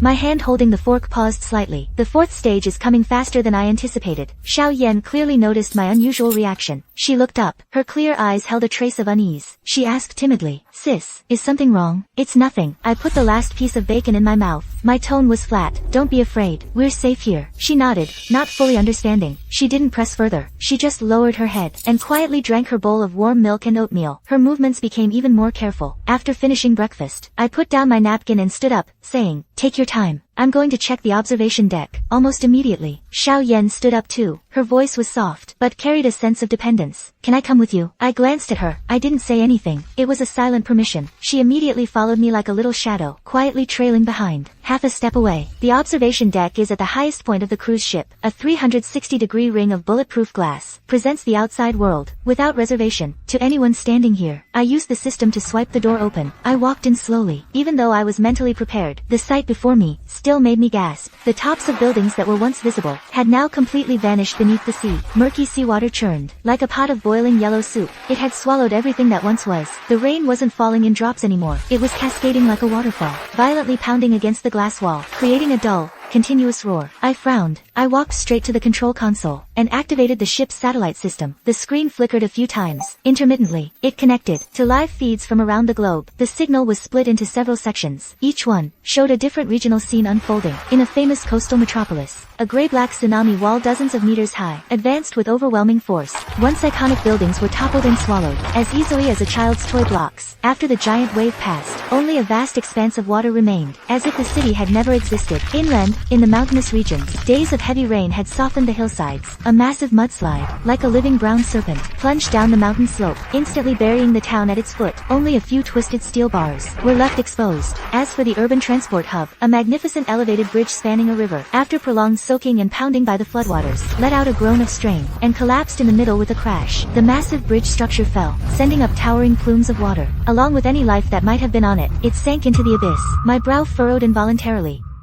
This scene is several times more horrific than what I experienced when I died in my previous life. I died too early. I only saw the prologue of the apocalypse. I never imagined that after my death, the world would completely slide into an abyss so deep it seems bottomless. A strange chill crept silently up my spine. Han Chi and Bai Yi's pathetic betrayal is utterly insignificant in the face of this global, complete physical collapse. I quickly asked in my mind, "System, are there more level 5 disasters coming? Is the cruise ship in danger? A level 5 disaster is imminent. Dock at the Antarctic glacier as soon as possible. Otherwise, the cruise ship will be damaged. Looks like I need to dock the ship in Antarctica first and wait for this level 5 disaster to pass." Xiaoyan's voice trembled with tears, pulling me back from my icy thoughts. She was clearly terrified by the raw images of death on the screen. Her body trembled slightly. I muted the satellite feed. Silence returned to the control room. Only the roar of the storm outside the window remained. "You saw it." I turned around. My voice was lower than usual. "This is the world now." She didn't dare get too close. She stood a few steps behind me, to the side, but her gaze was glued to the screen, to the raw horror displayed there. "Are you scared?" I reached out a hand to her. She obediently came over and took it. Silence spread through the air. Only the never-ending sound of rain outside, and on the screen, the distant, inhuman, tragic images served as the backdrop. Perhaps it was this extreme terror, contrasted with the absolute safety inside the cruise ship, that shattered her psychological defenses. Or perhaps she finally realized that I was the only barrier between her and the hell outside. Xiaoyan's voice, trembling with immense restraint, slowly began to speak. It was faint, almost drowned out by the rain. I used to be most afraid of rainy days. I led her to sit by the console. I didn't say anything. I just looked at her. It was a silent permission for her to continue. She kept her eyes downcast, not daring to look at me. Her fingers nervously twisted the hem of her clothes. That memory she had buried deep, stained with mold, was finally exposed to the light. Our home was very small, and very cold. When it rained, the roof would leak. We had to use basins to catch the water. Drip, drip, drip. The sound was so annoying. Her voice was flat, devoid of much emotion, which only made it sound more desolate. My dad and my mom, they hardly spoke, and if they did, it was to argue. She paused, as if carefully choosing her words. They seemed to really dislike each other, and they didn't really like me much either. They thought I was a burden. When they came home from work, they'd each go to their own rooms. They even ate separately. I would cook the meals, and leave them in their 2 rooms. She looked up, forcing a smile uglier than crying. I thought if I were more sensible, did all the housework, they might look at me more, but they didn't. Her sensibility, her efforts, in that cold, suffocating family, were like a stone thrown into a deep pool. Not even a single ripple was stirred.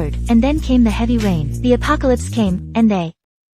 Her voice grew softer. They argued even more fiercely. Then, they said they were going out to find food for me, and locked me inside the room. Before Mom left, she left a packet of biscuits in my room. That was the last bit of warmth she remembered from her mother, tinged with despair and coldness. But, it couldn't erase the fact they abandoned her. I was alone at home. The water slowly rose. It was so cold. She looked up, gazing at the screen, still showing scenes of the raging disaster. Her eyes were empty. Later, I heard someone say there was food here, so I followed them. After she finished speaking, she tightly closed her mouth, as if all her strength was spent. Her shoulders slumped slightly. I placed my hand on her shoulder, looking steadily into her eyes. "At least you survived." My voice was gentle and calm. "As long as you're alive, there's a future." Xiaoyan looked up. She looked at me and nodded quietly. We had lunch in the main dining room. Outside the huge floor-to-ceiling windows was a gray curtain of rain. But inside, the lights were bright. In front of me was a plate of pan-seared cod, with lemon butter sauce. Next to it were asparagus spears roasted to perfection. Xiaoyan was holding a bowl of steaming hot tonkatsu ramen, eating until the tip of her nose glistened with sweat. She seemed to particularly like this kind of warm, comforting food. Just as I used my fork to gently separate the snow-white fish meat, a system alarm sounded. Warning, multiple unauthorized life forms detected. Approaching within 100 meters. Continuing to approach. I looked up. Through the rain-blurred glass, I saw several dark spots bobbing on the turbulent sea. Survivors, crammed onto makeshift rafts pieced together from wooden doors, plastic barrels, even car interiors, and other junk, riding the waves, struggling to drift toward the cruise ship. Xiao Yan, there are people outside. Xiao Yan saw them too. She put down her chopsticks. Her voice held a note of tension, and a hint of barely perceptible hope. I didn't say a word. I continued at a leisurely pace, finishing the last bite of cod. I wiped the corner of my mouth with a napkin, then got up and walked toward the control room. Xiao Yan immediately followed. Through the high-definition external cameras, we could see those people clearly. They were all sallow and emaciated, with chapped lips, soaked through by the rain. They shivered on a crude raft. These people must be residents living around the Antarctic. Seeing the magnificent dawn, they seemed to have grabbed their last lifeline. They waved their arms and shouted hoarsely. Their voices were intermittent in the wind and rain. Help! Please, give us some food. Open the door. Let us in. The child is dying. Among them, a mother clutching a boy, about 7 or 8 years old, stood out. She looked up, rain and tears mixing together. Her voice was wretched. Kind soul, have mercy. Don't worry about me. Save my child. Take him away. Just give him a bite to eat. Please. The child curled up in her arms, his face pale, motionless. I couldn't tell if he'd passed out, or... I watched expressionlessly. In this post-apocalyptic world, tragedies like this happen every minute. Sis, Xiao Yan gently tugged my sleeve. Her eyes were red, pleading, that little brother is so pitiful. Could we? I glanced at her. She immediately lowered her head, but still added softly, just a little bit. Please, looking at the mother's desperate face on the screen, then at Xiao Yan's unbearably sad gaze beside me, I let out an almost inaudible sigh. My rational mind told me this was trouble, but somewhere deep down, there seemed to linger a shred of something not yet completely extinguished. Still, my cruise ship isn't something just anyone can covet, so I gave a cold order. System, release the port side number 3 emergency lifeboat. Target point, set 50 meters off the cruise ship's side. Command confirmed. A faint mechanical whirring sound, and a lifeboat about 8 meters long, with an enclosed cabin, white in color, slid smoothly from the ship's side. It automatically inflated and deployed, landing steadily on the sea, like a white seashell that had suddenly appeared. The survivors were stunned at first, then erupted with the wild joy of a narrow escape. Frantically paddling their dilapidated raft, they moved closer. They scrambled to climb inside. Deploy a basic survival package for them. 3 days worth of compressed rations, 10 liters of purified water, basic first aid supplies, and a manual water purifier. I calmly issued the instructions. Instructions executed. Several sealed containers were precisely delivered onto the lifeboat's roof. Through the camera, I could see them receiving the supplies and thanking the cruise ship profusely, especially that mother. She was practically kneeling in the lifeboat, kowtowing. Her forehead was bleeding from the force. Xiao Yan also breathed a sigh of relief, a faint, relieved smile appearing on her face. I turned off the external monitor feed. I've done this much. I've done all I can. The first few days were calm and uneventful. The lifeboat drifted quietly beside the cruise ship, like a cub nestling against a giant beast. Occasionally, I would check on their situation through a hidden listening device. They rationed the limited food and water. The child seemed to be recovering too. Everything seemed to be heading in a positive direction. However, comfort always breeds greed. On the evening of the 4th day, the listening device picked up a discordant sound. It was a gruff male voice, filled with obvious discontent. Damn, eating these damn crackers every day. My mouth tastes like shit. This lifeboat is packed tighter than a sardine can. Another shrill voice chimed in. Exactly. Look at that big cruise ship, all lit up. It must be super comfortable inside. Food and drinks must be piled up like a mountain, and they give us this measly crap, like we're beggars. Fortune favors the bold. I say we find a way to get in there. No, please, don't. It was the mother's anxious voice. They already saved us, gave us food and shelter. That's already more than enough. We can't be ungrateful.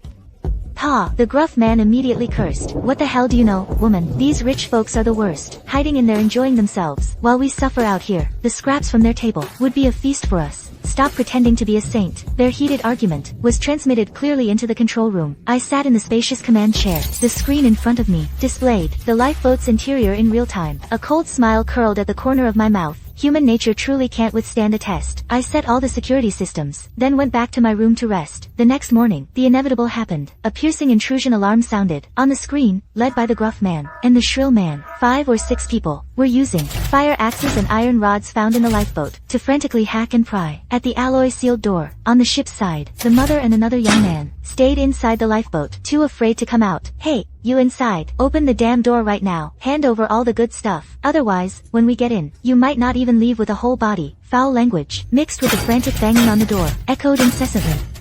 Xiaoyan's face went pale with fear. She ran to the control room. Just when I thought she'd hide behind me, I saw that in her hand, she was holding a knife from the kitchen. Her whole body was trembling, yet with unwavering resolve. She stepped in front of me. Her voice quivered, but was crystal clear. Sister, don't be scared. I'll protect you. Looking at this girl, who, despite her fear, still tried to protect me. The rage that had risen in my heart from the outsider's betrayal subsided a little. I reached out and gently ruffled her hair. The gesture was a bit clumsy, but carried a touch of warmth. Step back, I said. Then I turned my gaze back to the screen, locking onto the few thugs frantically attacking the hatch. My eyes instantly turned icy. System, initiate the expulsion protocol. Target, the portside hatch area of the cruise ship. All unauthorized life forms. Command confirmed.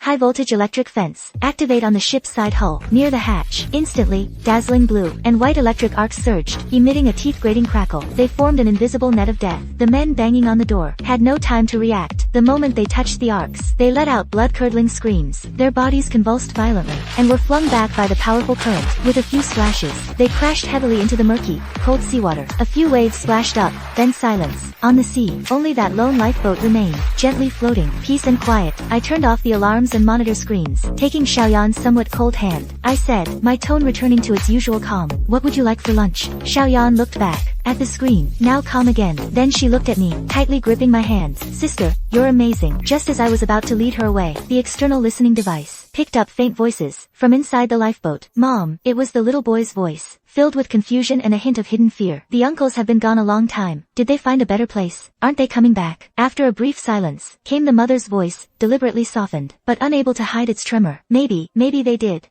They might have found a safer place. Her voice was hoarse, laced with immense uncertainty and fear. Clearly, even she herself couldn't believe what she was saying. I paused mid-step. My eyes turned cold. Self-deception is sometimes more pitiful than facing cruelty. I signaled for Xiaoyan to wait. I sat back down at the console, tapped a few keys, and activated the external communicator linked to the lifeboat. They're dead. My voice, transmitted through the speaker, clearly entered that cramped lifeboat. It was calm, without a ripple, as if stating the most ordinary fact.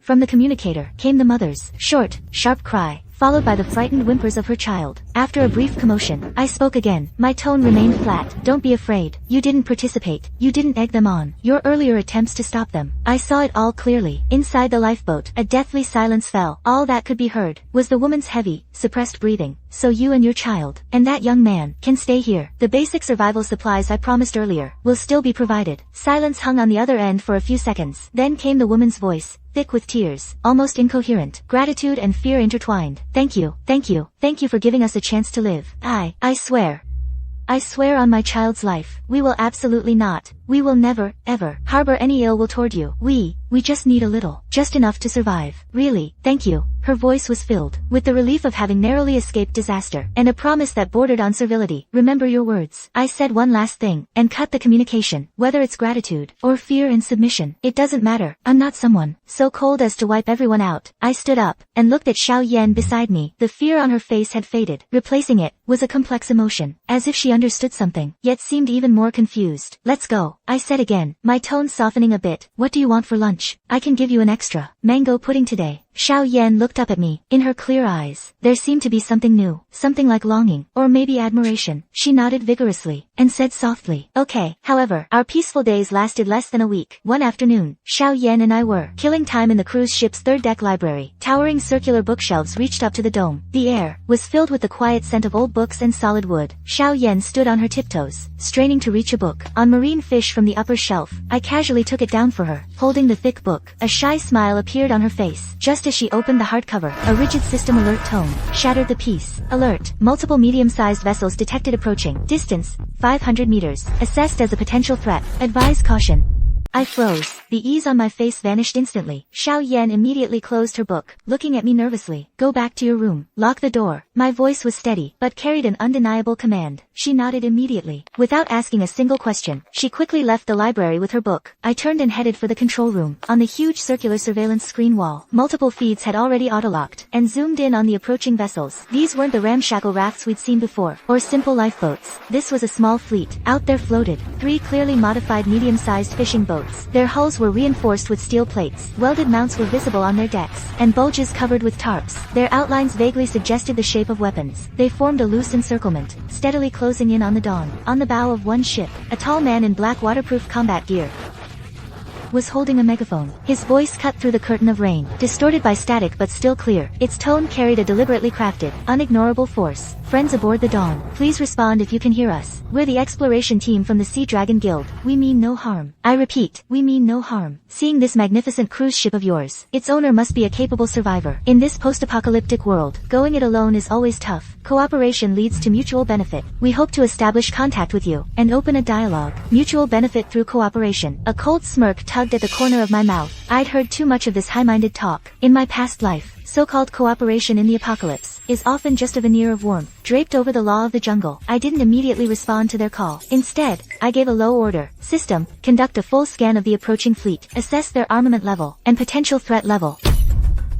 The control room is dimly lit. Only the glow from the screen illuminates my face. The system interface pops up. Data streams scrolling rapidly. Scan complete. Target fleet analysis. 3 modified fishing boats. High explosive signatures detected on all, along with energy signatures of medium caliber automatic weapons. 28 life signs. Individual physiological indicators show they're well trained. Tactical formation remains intact. Overall threat assessment, high. Strongly recommend initiating defense protocols. High. That rating sinks like a cold stone into the pit of my stomach. This is nothing like the desperate mobs from before, those driven by reckless courage for a scrap of food. This is completely different. This is an organized, equipped force, maybe even one with real combat experience.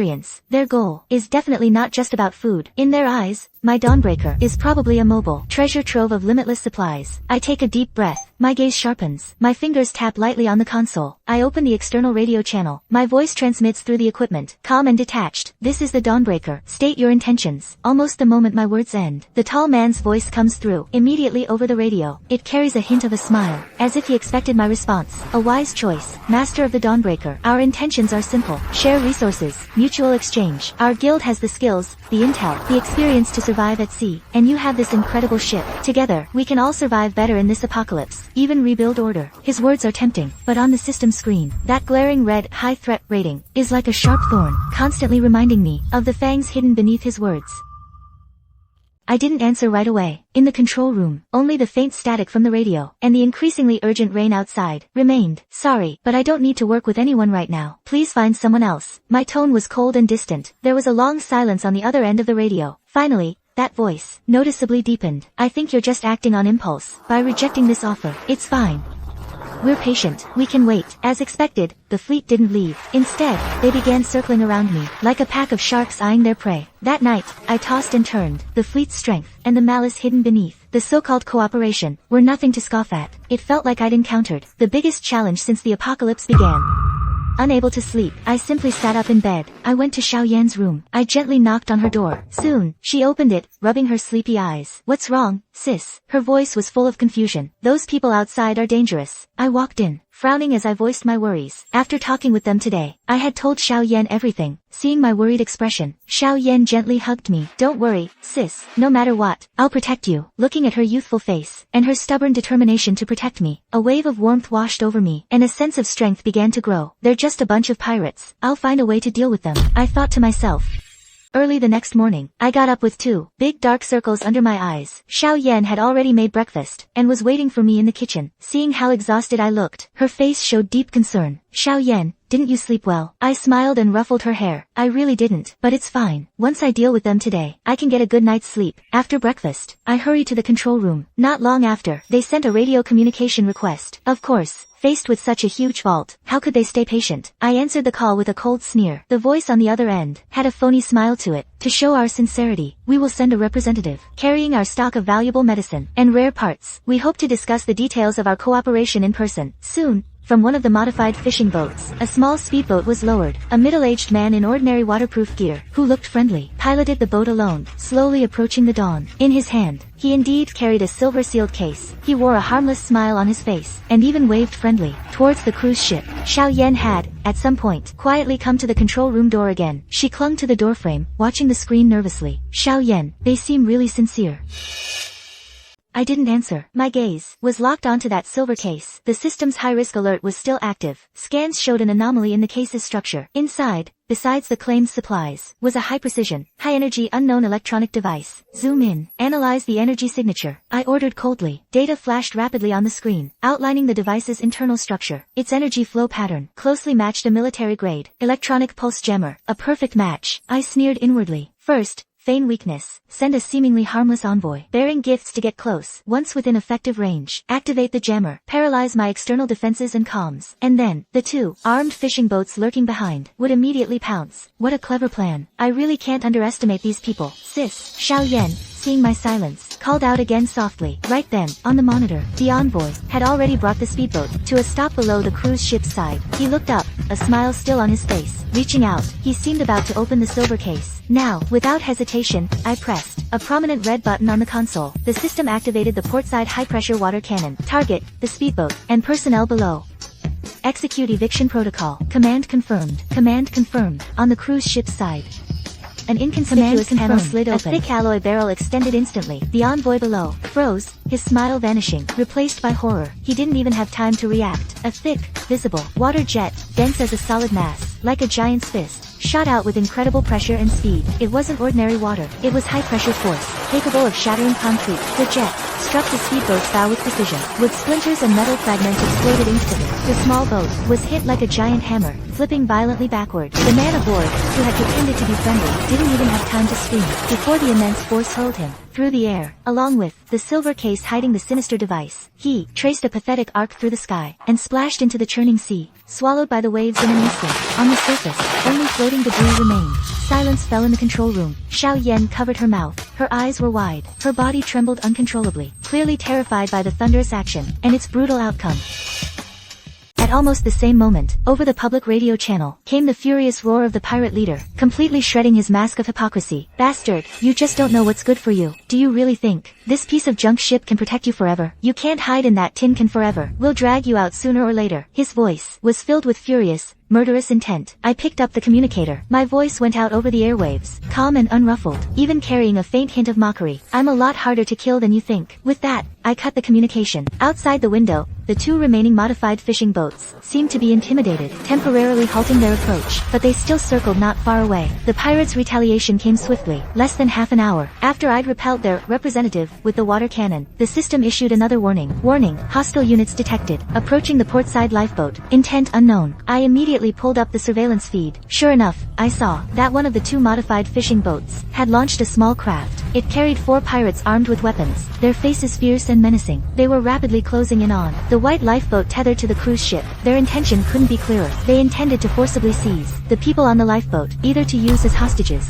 or simply to extract information about the cruise ship, or purely to vent the frustration from their earlier defeat. The 3 people in the lifeboat had clearly spotted the approaching danger. The mother fearfully shielded her child behind her. The young man, who had been relatively quiet, grabbed the only weapon he could find in the lifeboat, a short club, and stood blocking the cabin door, even though his face was pale, and his arms trembled slightly. The pirate's boat had pulled alongside. One of the burly men sneered, and reached out, about to grab the lifeboat's railing. System, my voice was ice cold. Activate the lifeboat's perimeter non-lethal electric defense net. 3-meter radius. Instantaneous discharge. Command confirmed. Just as the pirate's hand was about to touch the lifeboat, the air around the lifeboat suddenly erupted in a dazzling flash of blue-white arcs, emitting a sharp crackling sound. The pirates were caught completely off guard. Struck instantly by the high-voltage current, they let out blood-curdling screams. Their bodies convulsed violently and were flung back, plopping into the water like dumplings dropping into a pot. They thrashed on the surface, temporarily incapacitated. Their small boat also went out of control, spinning in place.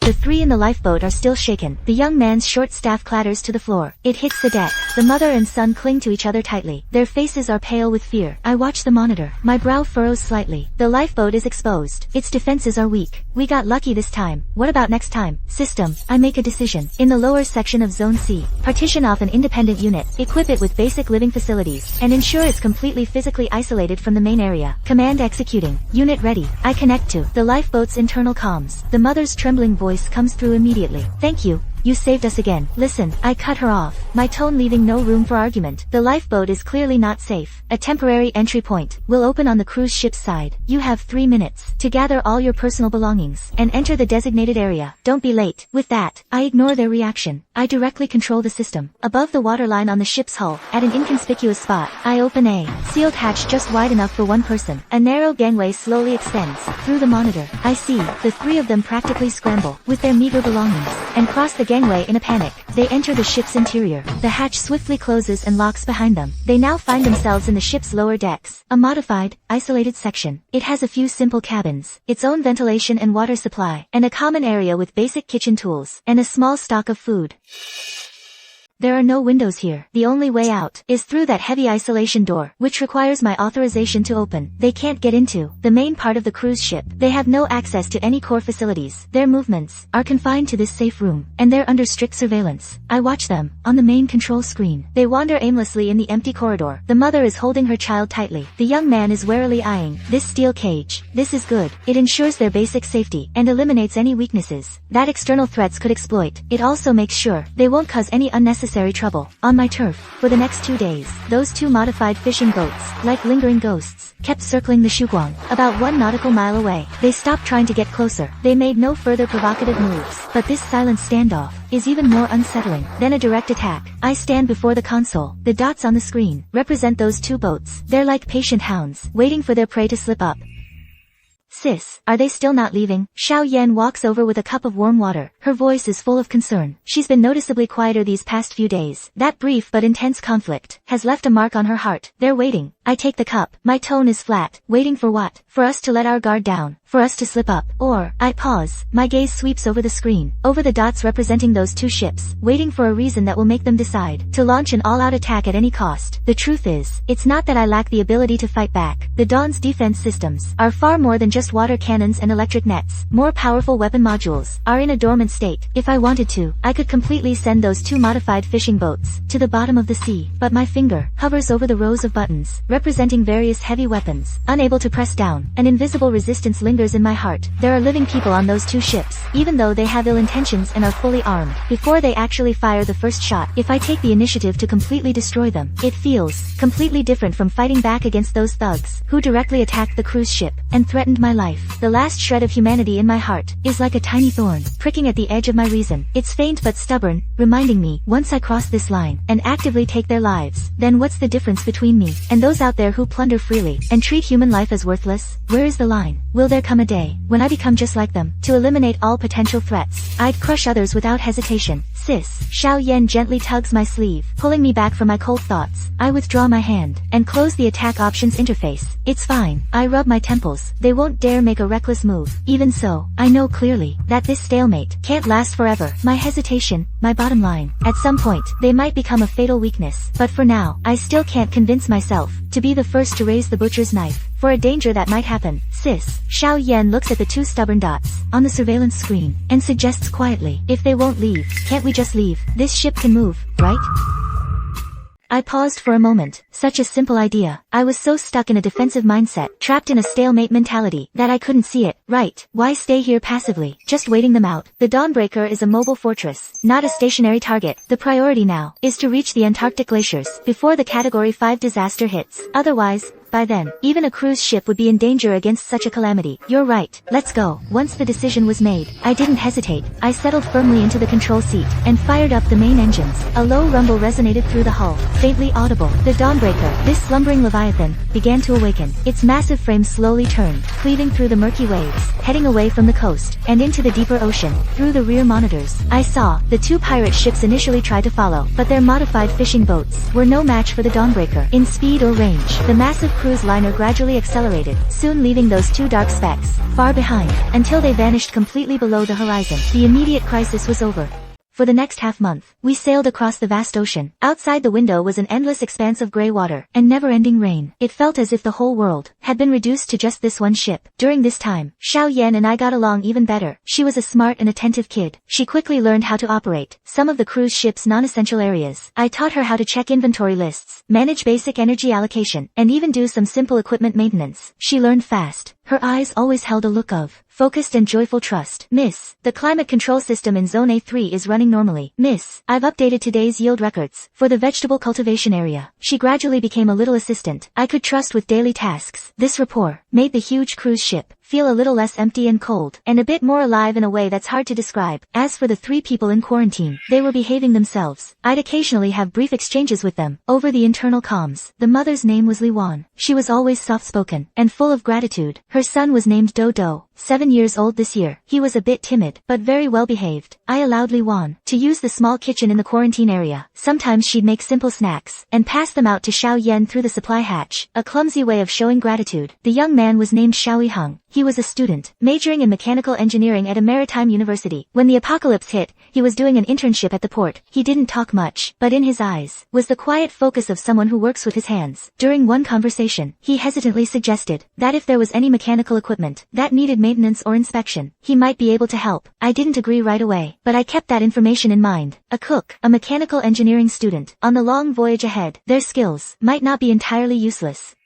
Lin Wan, that mother, really does have a pair of magical hands. Actually, what I provided her through the supply hatch was just the most basic flour, some root vegetables that keep well, and limited seasonings. Yet she always finds a way to whip up something delicious. Sometimes it's a few golden, crispy, scallion pancakes. Other times, a steaming bowl of hand-pulled noodles in a rich broth. She even managed to ferment beans and spices into a uniquely flavored sauce. At first, she only made things occasionally, carefully, sending them out through the hatch, along with a neatly written note that said, "A small token, please try it." Once, she sent a small plate of freshly fried vegetarian spring rolls. The wrapper was thin as a cicada's wing, fried to perfection, golden and crispy. The filling was finely shredded vegetables, with layers of texture. Xiao Yan and I were stunned after tasting it. Xiao Yan's eyes lit up as she mumbled, "This is so good." I chewed slowly, feeling that long-lost culinary artistry shock my taste buds. Not just eating to survive. This refined flavor is a luxury in the apocalypse. This undeniable talent, and the fact that she and her son have always been well-behaved, gradually tipped the scales in my mind. After days of observation and consideration, I made a decision. Through the internal comms, I announced to the 3 in quarantine, starting today, you will have access to some of the ship's public areas, including the main kitchen, the dining hall, and the adjacent lounge. Your access is limited to these areas. Do not enter other cabins without permission. Your access has been logged into the system. There was a moment of silence on the other end. Then Lin Wan's voice came through, choked up, repeatedly thanking me. Thank you. We will follow the rules. We won't wander around. Xiao Hang also solemnly promised, you have our word. Of course, I wasn't going to let my guard down completely. On the system's core personnel management panel, I set the 3 of them to a high priority watch status. This meant their every move in public areas was under invisible surveillance. The system would analyze their behavior patterns in real time. If it detected any attempts to overstep authority, cause damage, or gather suspiciously, it would alert me immediately. After granting them access, Lin Wan poured almost all her gratitude into the kitchen. She no longer just made snacks occasionally, but started voluntarily preparing 3 meals a day for us. She seemed to adapt quickly to the cruise ship's advanced kitchen equipment, using limited ingredients and combining them with supplies I'd stockpiled in the system's warehouse. She cooked amazing dishes, freshly baked bread, soups and stews cooked to perfection, and occasionally, she could even use the few fresh herbs from the grow area to enhance flavors. The dining room began to fill with the warmth of a real home. Xiao Yan was noticeably much happier than before. Her face even had a healthy glow. Sometimes she'd run to the kitchen, watching Lin Wan work with curiosity. Lin Wan would gently teach her some simple little tricks. Watching all this, I remained vigilant, but deep down, that tightly wound string seemed to loosen just a bit because of the warm food and relatively harmonious atmosphere. The dawn, sailing through an endless watery world, like a moving lighthouse. Inevitably, it draws in survivors scattered everywhere. I'm not completely heartless. As long as my own safety is secured, I'll lend a hand when I can. But human greed, amplified to the extreme in this apocalypse, almost every so often, someone will, after I offer initial aid, try to seize this ship, by force or trickery. Some fake illness to get on board, planning an inside job. Some hide in my lifeboats, floating for days, secretly observing, looking for weak spots in my defenses, and others directly pilot modified boats, trying to board by force. To these people, I show no mercy. High-pressure water cannons, electric nets, knockout gas. The Dawn's defense systems make it perfectly clear to them that coveting this place comes at the cost of your life. I make their sorry state and fate perfectly visible to the others I rescue. Ruthless deterrence is the most effective way to maintain order. Most survivors are placed on lifeboats or makeshift rafts around the cruise ship's perimeter. I provide basic supplies, but I refuse to let them get close. It's not that I'm paranoid by nature. It's that lessons learned in blood have taught me that unchecked mercy only invites destruction. Only 3 people, a very select few, after undergoing strict observation exposition and tests, were allowed inside the cruise ship, gaining limited access to move around. I was extremely careful in selecting these people, and they even passed a test of character. The first of the three is old Chen. He was found on a raft that was about to fall apart. The younger men with him had all died one after another from thirst and despair. Only he, with his extensive survival experience at sea and sheer willpower, held on until the end. This old captain is a man of few words, but his gaze is steady. When it comes to machinery and equipment, he has an almost instinctive sharpness. Once, I allowed him into the outer area of the engine room to assist with an inspection. Afterwards, he accurately identified a potential hidden danger. The second is a doctor. We all call her Dr. Su. She was once a battlefield surgeon. When I found her, she was on a floating rooftop, using extremely crude tools to treat the wounds of several injured survivors, even though she herself looked utterly exhausted. Finally, there's Wan. Although he's a bit quiet, he has an extraordinary sense of awareness and alertness to approaching danger. I figured it couldn't hurt to keep him close, and there's something about his demeanor that makes me feel like he might have received some kind of professional training. These three, along with Lin Wan and Hang from before, form the core inside the cruise ship. The peripheral members are allowed at specific times to use the dining hall, some of the common lounges, and a designated workshop, but their cabin area is completely isolated from the core living quarters that Xiao Yan and I occupy, and all of their access privileges are on the system's watch list. Any unusual behavior will trigger an alarm. Months passed, on the vast, open sea, thanks to the Dawn's robust performance, and the system warehouses, virtually limitless supplies, we not only survived, but within the cruise ship, a small, orderly, community gradually formed. Lin Wan soothed everyone's stomachs with her magical cooking. Old Chen and Dr. Su, one maintained the ship's health, the other guarded the crew's health. Hang, in his workshop, used available materials to make or improve tools, demonstrating incredible hands-on skills, and the silent Wan spontaneously took on internal patrol and order maintenance duties. His piercing gaze and calm demeanor were a deterrent in themselves. Their character had been rigorously tested, and they deeply understood who, in this post-apocalyptic world, had given them this sanctuary, who provided this safety and stability, far beyond what the outside world could imagine. Unconsciously, a small team with me at its core, with unwavering loyalty to me, had taken shape. We didn't talk much among ourselves, but a single glance, or a simple command, was quickly understood and executed. Xiao Yan's change was the most obvious. She was no longer the girl hiding behind others, trembling with fear. She assisted me in managing daily affairs, coordinating the needs of the crew. She even started learning basic medical knowledge from Dr. Su, and from old Chen, learning the basic workings of the cruise ship. That afternoon, we had just finished a very cozy lunch. The system's familiar, chilling danger alarm pierced the air once more, instantly shattering the peace. Warning, multiple armed vessels detected, approaching. Signal characteristics, match database records, confirmed as Sea Dragon Guild fleet. My heart tightened instantly. I immediately stood up. Everyone noticed the change in my expression. The ease on their faces vanished instantly. No one said a word. No one asked what was wrong. They just stared at me, tense. I looked around. Calmly, I ordered everyone to stand by. Then I turned and glanced at Xiao Yan, signaling for him to follow me. Xiao Yan understood immediately. He followed closely behind me. We entered the control room together. On the huge circular screen, the incoming fleet was clearly displayed. They were still based on those modified fishing boats, but the number had increased from 2 before to 5 now, and the modifications to the hulls were even more extreme. More steel plates were welded on. The outlines of weapons on the decks were clearer too. On one of the larger ships, it seemed they'd installed some kind of crude rocket launcher. Our old friends are back, I said coldly. My fingers moved quickly over the console. System, run a full scan and analyze changes in their capabilities. Scan complete. Target fleet size has expanded. 3 additional modified vessels detected. Weapon systems upgraded. Rocket-propelled grenade launchers detected. Heavy machine gun positions increased to 6. Estimated personnel count, 65 to 70. Overall threat level, extremely high. Recommend activating highest level defense protocols. They have more people now, and better weapons. Xiao Yan looked at the data, analyzed on the screen. His brow furrowed slightly, but there was no panic in his voice, only calm assessment. Looks like they haven't been idle these past few months. They've recruited more like-minded scum. I glanced at her, a bit surprised. In just a few months, the girl who once needed my protection could now analyze the enemy situation with such composure. Right, I nodded. My focus returned to the screen, to that clearly strengthened, hostile pirate fleet. They've come back. This time, they're dead set on taking us down. The atmosphere in the control room was heavy. Only the faint hum of machinery broke the silence. On the screen, the pirate fleet had formed a battle formation, like a school of sharks smelling blood. They slowly advanced. Looking at this display, we're in for a tough fight. I opened the internal comms, and gave a steady command. All crew, report to the control room immediately.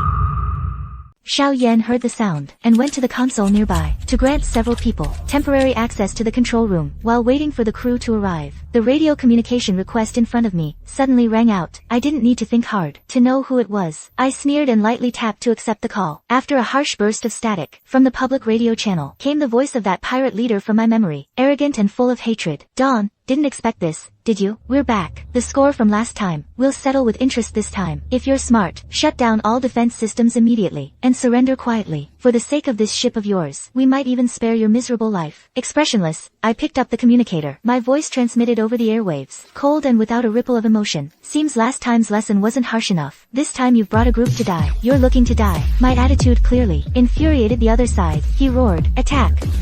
Tear them apart. The order given from the pirate fleet. 3 vessels immediately broke off. Extremely fast armed speedboats, with engines roaring, like arrows shot from a bow, from different directions, charged fiercely towards the dawn. Pirates on the decks, mounted heavy machine guns and rocket launchers, radiating murderous intent. At this moment, all the crew members had assembled. Their faces were tense. Only Lin Wan remained his usual silent self. All hands, defensive positions, battle stations. My voice wasn't loud, but it was clear, and reached every crew member's ears. My voice held no panic, only absolute calm, and unquestionable authority. Lin Wan, take Shaohang to the portside defense point. Operate the high-pressure water cannon and electric net. Priority targets, speedboats and personnel attempting to board. Yes, Lin Wan responded in a low voice. His sharp eyes held a firm light. After receiving my order, he immediately led Shaohang out of the control room. If my judgment is correct, when it comes to operating weapons, he has experience. Old Chen, you go to the engine room and power core area. Ensure the power and defense systems have absolutely stable energy supply. Also monitor the hull structure. Report any abnormalities immediately. Understood. Leave it to me. Old Chen's voice was steady and firm. He turned and strode towards the lower deck. Dr. Su, please stand by. We may have casualties. I'm not sure either how intense this confrontation will get, but it's best to prepare for the worst. We're ready. Dr. Su's response was concise and professional. Lin Wan, go check all the security systems on the cruise ship. Make sure they're functioning properly. Though Lin Wan's face was pale, she nodded firmly. Don't worry, I'm on it. Finally, Xiao Yan and I exchanged a knowing glance, and nodded. I took a deep breath. My gaze returned to the main console. My fingers swept quickly across the virtual interface, activating the cruise ship's deeper defense systems. System initiating active defense matrix, locking onto all high-speed moving targets, prioritizing interception of projectiles like rockets. Command confirmed. Active defense matrix activated. Targets locking. The pirates' speedboats weave through the curtain of rain, like a few annoying water bugs. They've clearly learned their lesson. Not recklessly closing in. Instead, using their speed and agility to circle the cruise ship. Sis, over the internal comms. Lin Wan's calm voice came through, with a hint of barely detectable mockery. They're scanning the hull with thermal imaging. Looks like they're trying to find weak points in the defenses, or ventilation ducts, almost simultaneously. Old Chen's steady report came from the engine room. Captain, detecting intermittent directional electronic jamming. The intensity isn't high, but it's a bit annoying. Seems like they're probing our defense systems. I raised an eyebrow. Well, haven't seen them in a few months, and these pirates have upgraded their gear. Getting technical now. Can you handle it? I asked. Piece of cake. Old Chen's reply carried the confidence of a technician. I've switched to the backup line. The entire cruise ship's shield values are jumping around randomly. Let them guess. Meanwhile, Shaohang's voice crackled with excitement. As he chimed in, he was clearly getting a kick out of this live-fire test. Chuan, they're scanning Sector 3, port side. That's where the armor's thickest. Should we give them a little surprise? Chuan's voice remained flat. Hold steady. Wait for them to get a bit closer. Then give them a shower with the water cannon. Good work. I gave a word of praise. Then turned my gaze to the main screen. We shouldn't just sit here and take it either. My hands flew across the console, activating the cruise ship's weapon systems. System, launch first wave of swarm drones. Target the enemy speedboats, engines and external sensors. Execute harassing attacks. Swarm deployed. Along the deck side, several concealed hatches slid open. Dozens of small drones swarmed out like a disturbed hornet's nest, silently vanishing into the curtain of rain. They headed straight for the speedboats, still trying to find a weak spot, and dove in. Portside water cannon. Put some pressure on them. Wan and Shaohang complied immediately. Thick jets of water, like a giant's arm, swept across the surface. They didn't score a direct hit on the fast-moving boats, but the massive wakes and turbulent currents they stirred up were enough to rock those small craft, making them hard to control. Starboard flares. Let's light up their future for them. Several bright flares shot toward the pirate team's position. They weren't lethal, but in the dark, rainy gloom, they traced blinding arcs, clearly marking their location. It was more like a blatant provocation. The pirates' electromagnetic jamming instantly became erratic. Clearly, our effortless counterattack, coupled with the buzzing drone harassment, had them scrambling.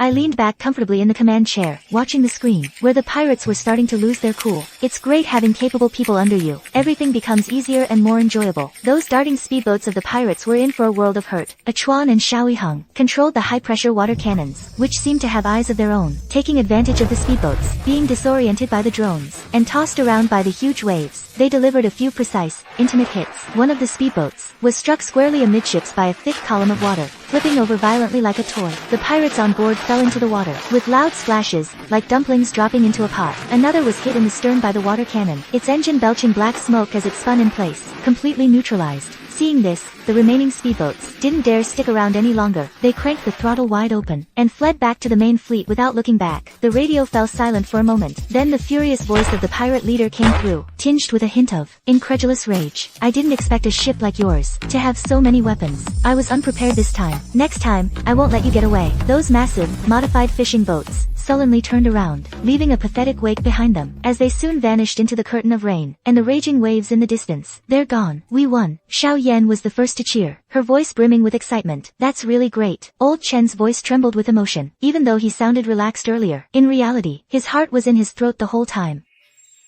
The drone has been recovered. Minor damage. Reporting to Xiang Yiheng.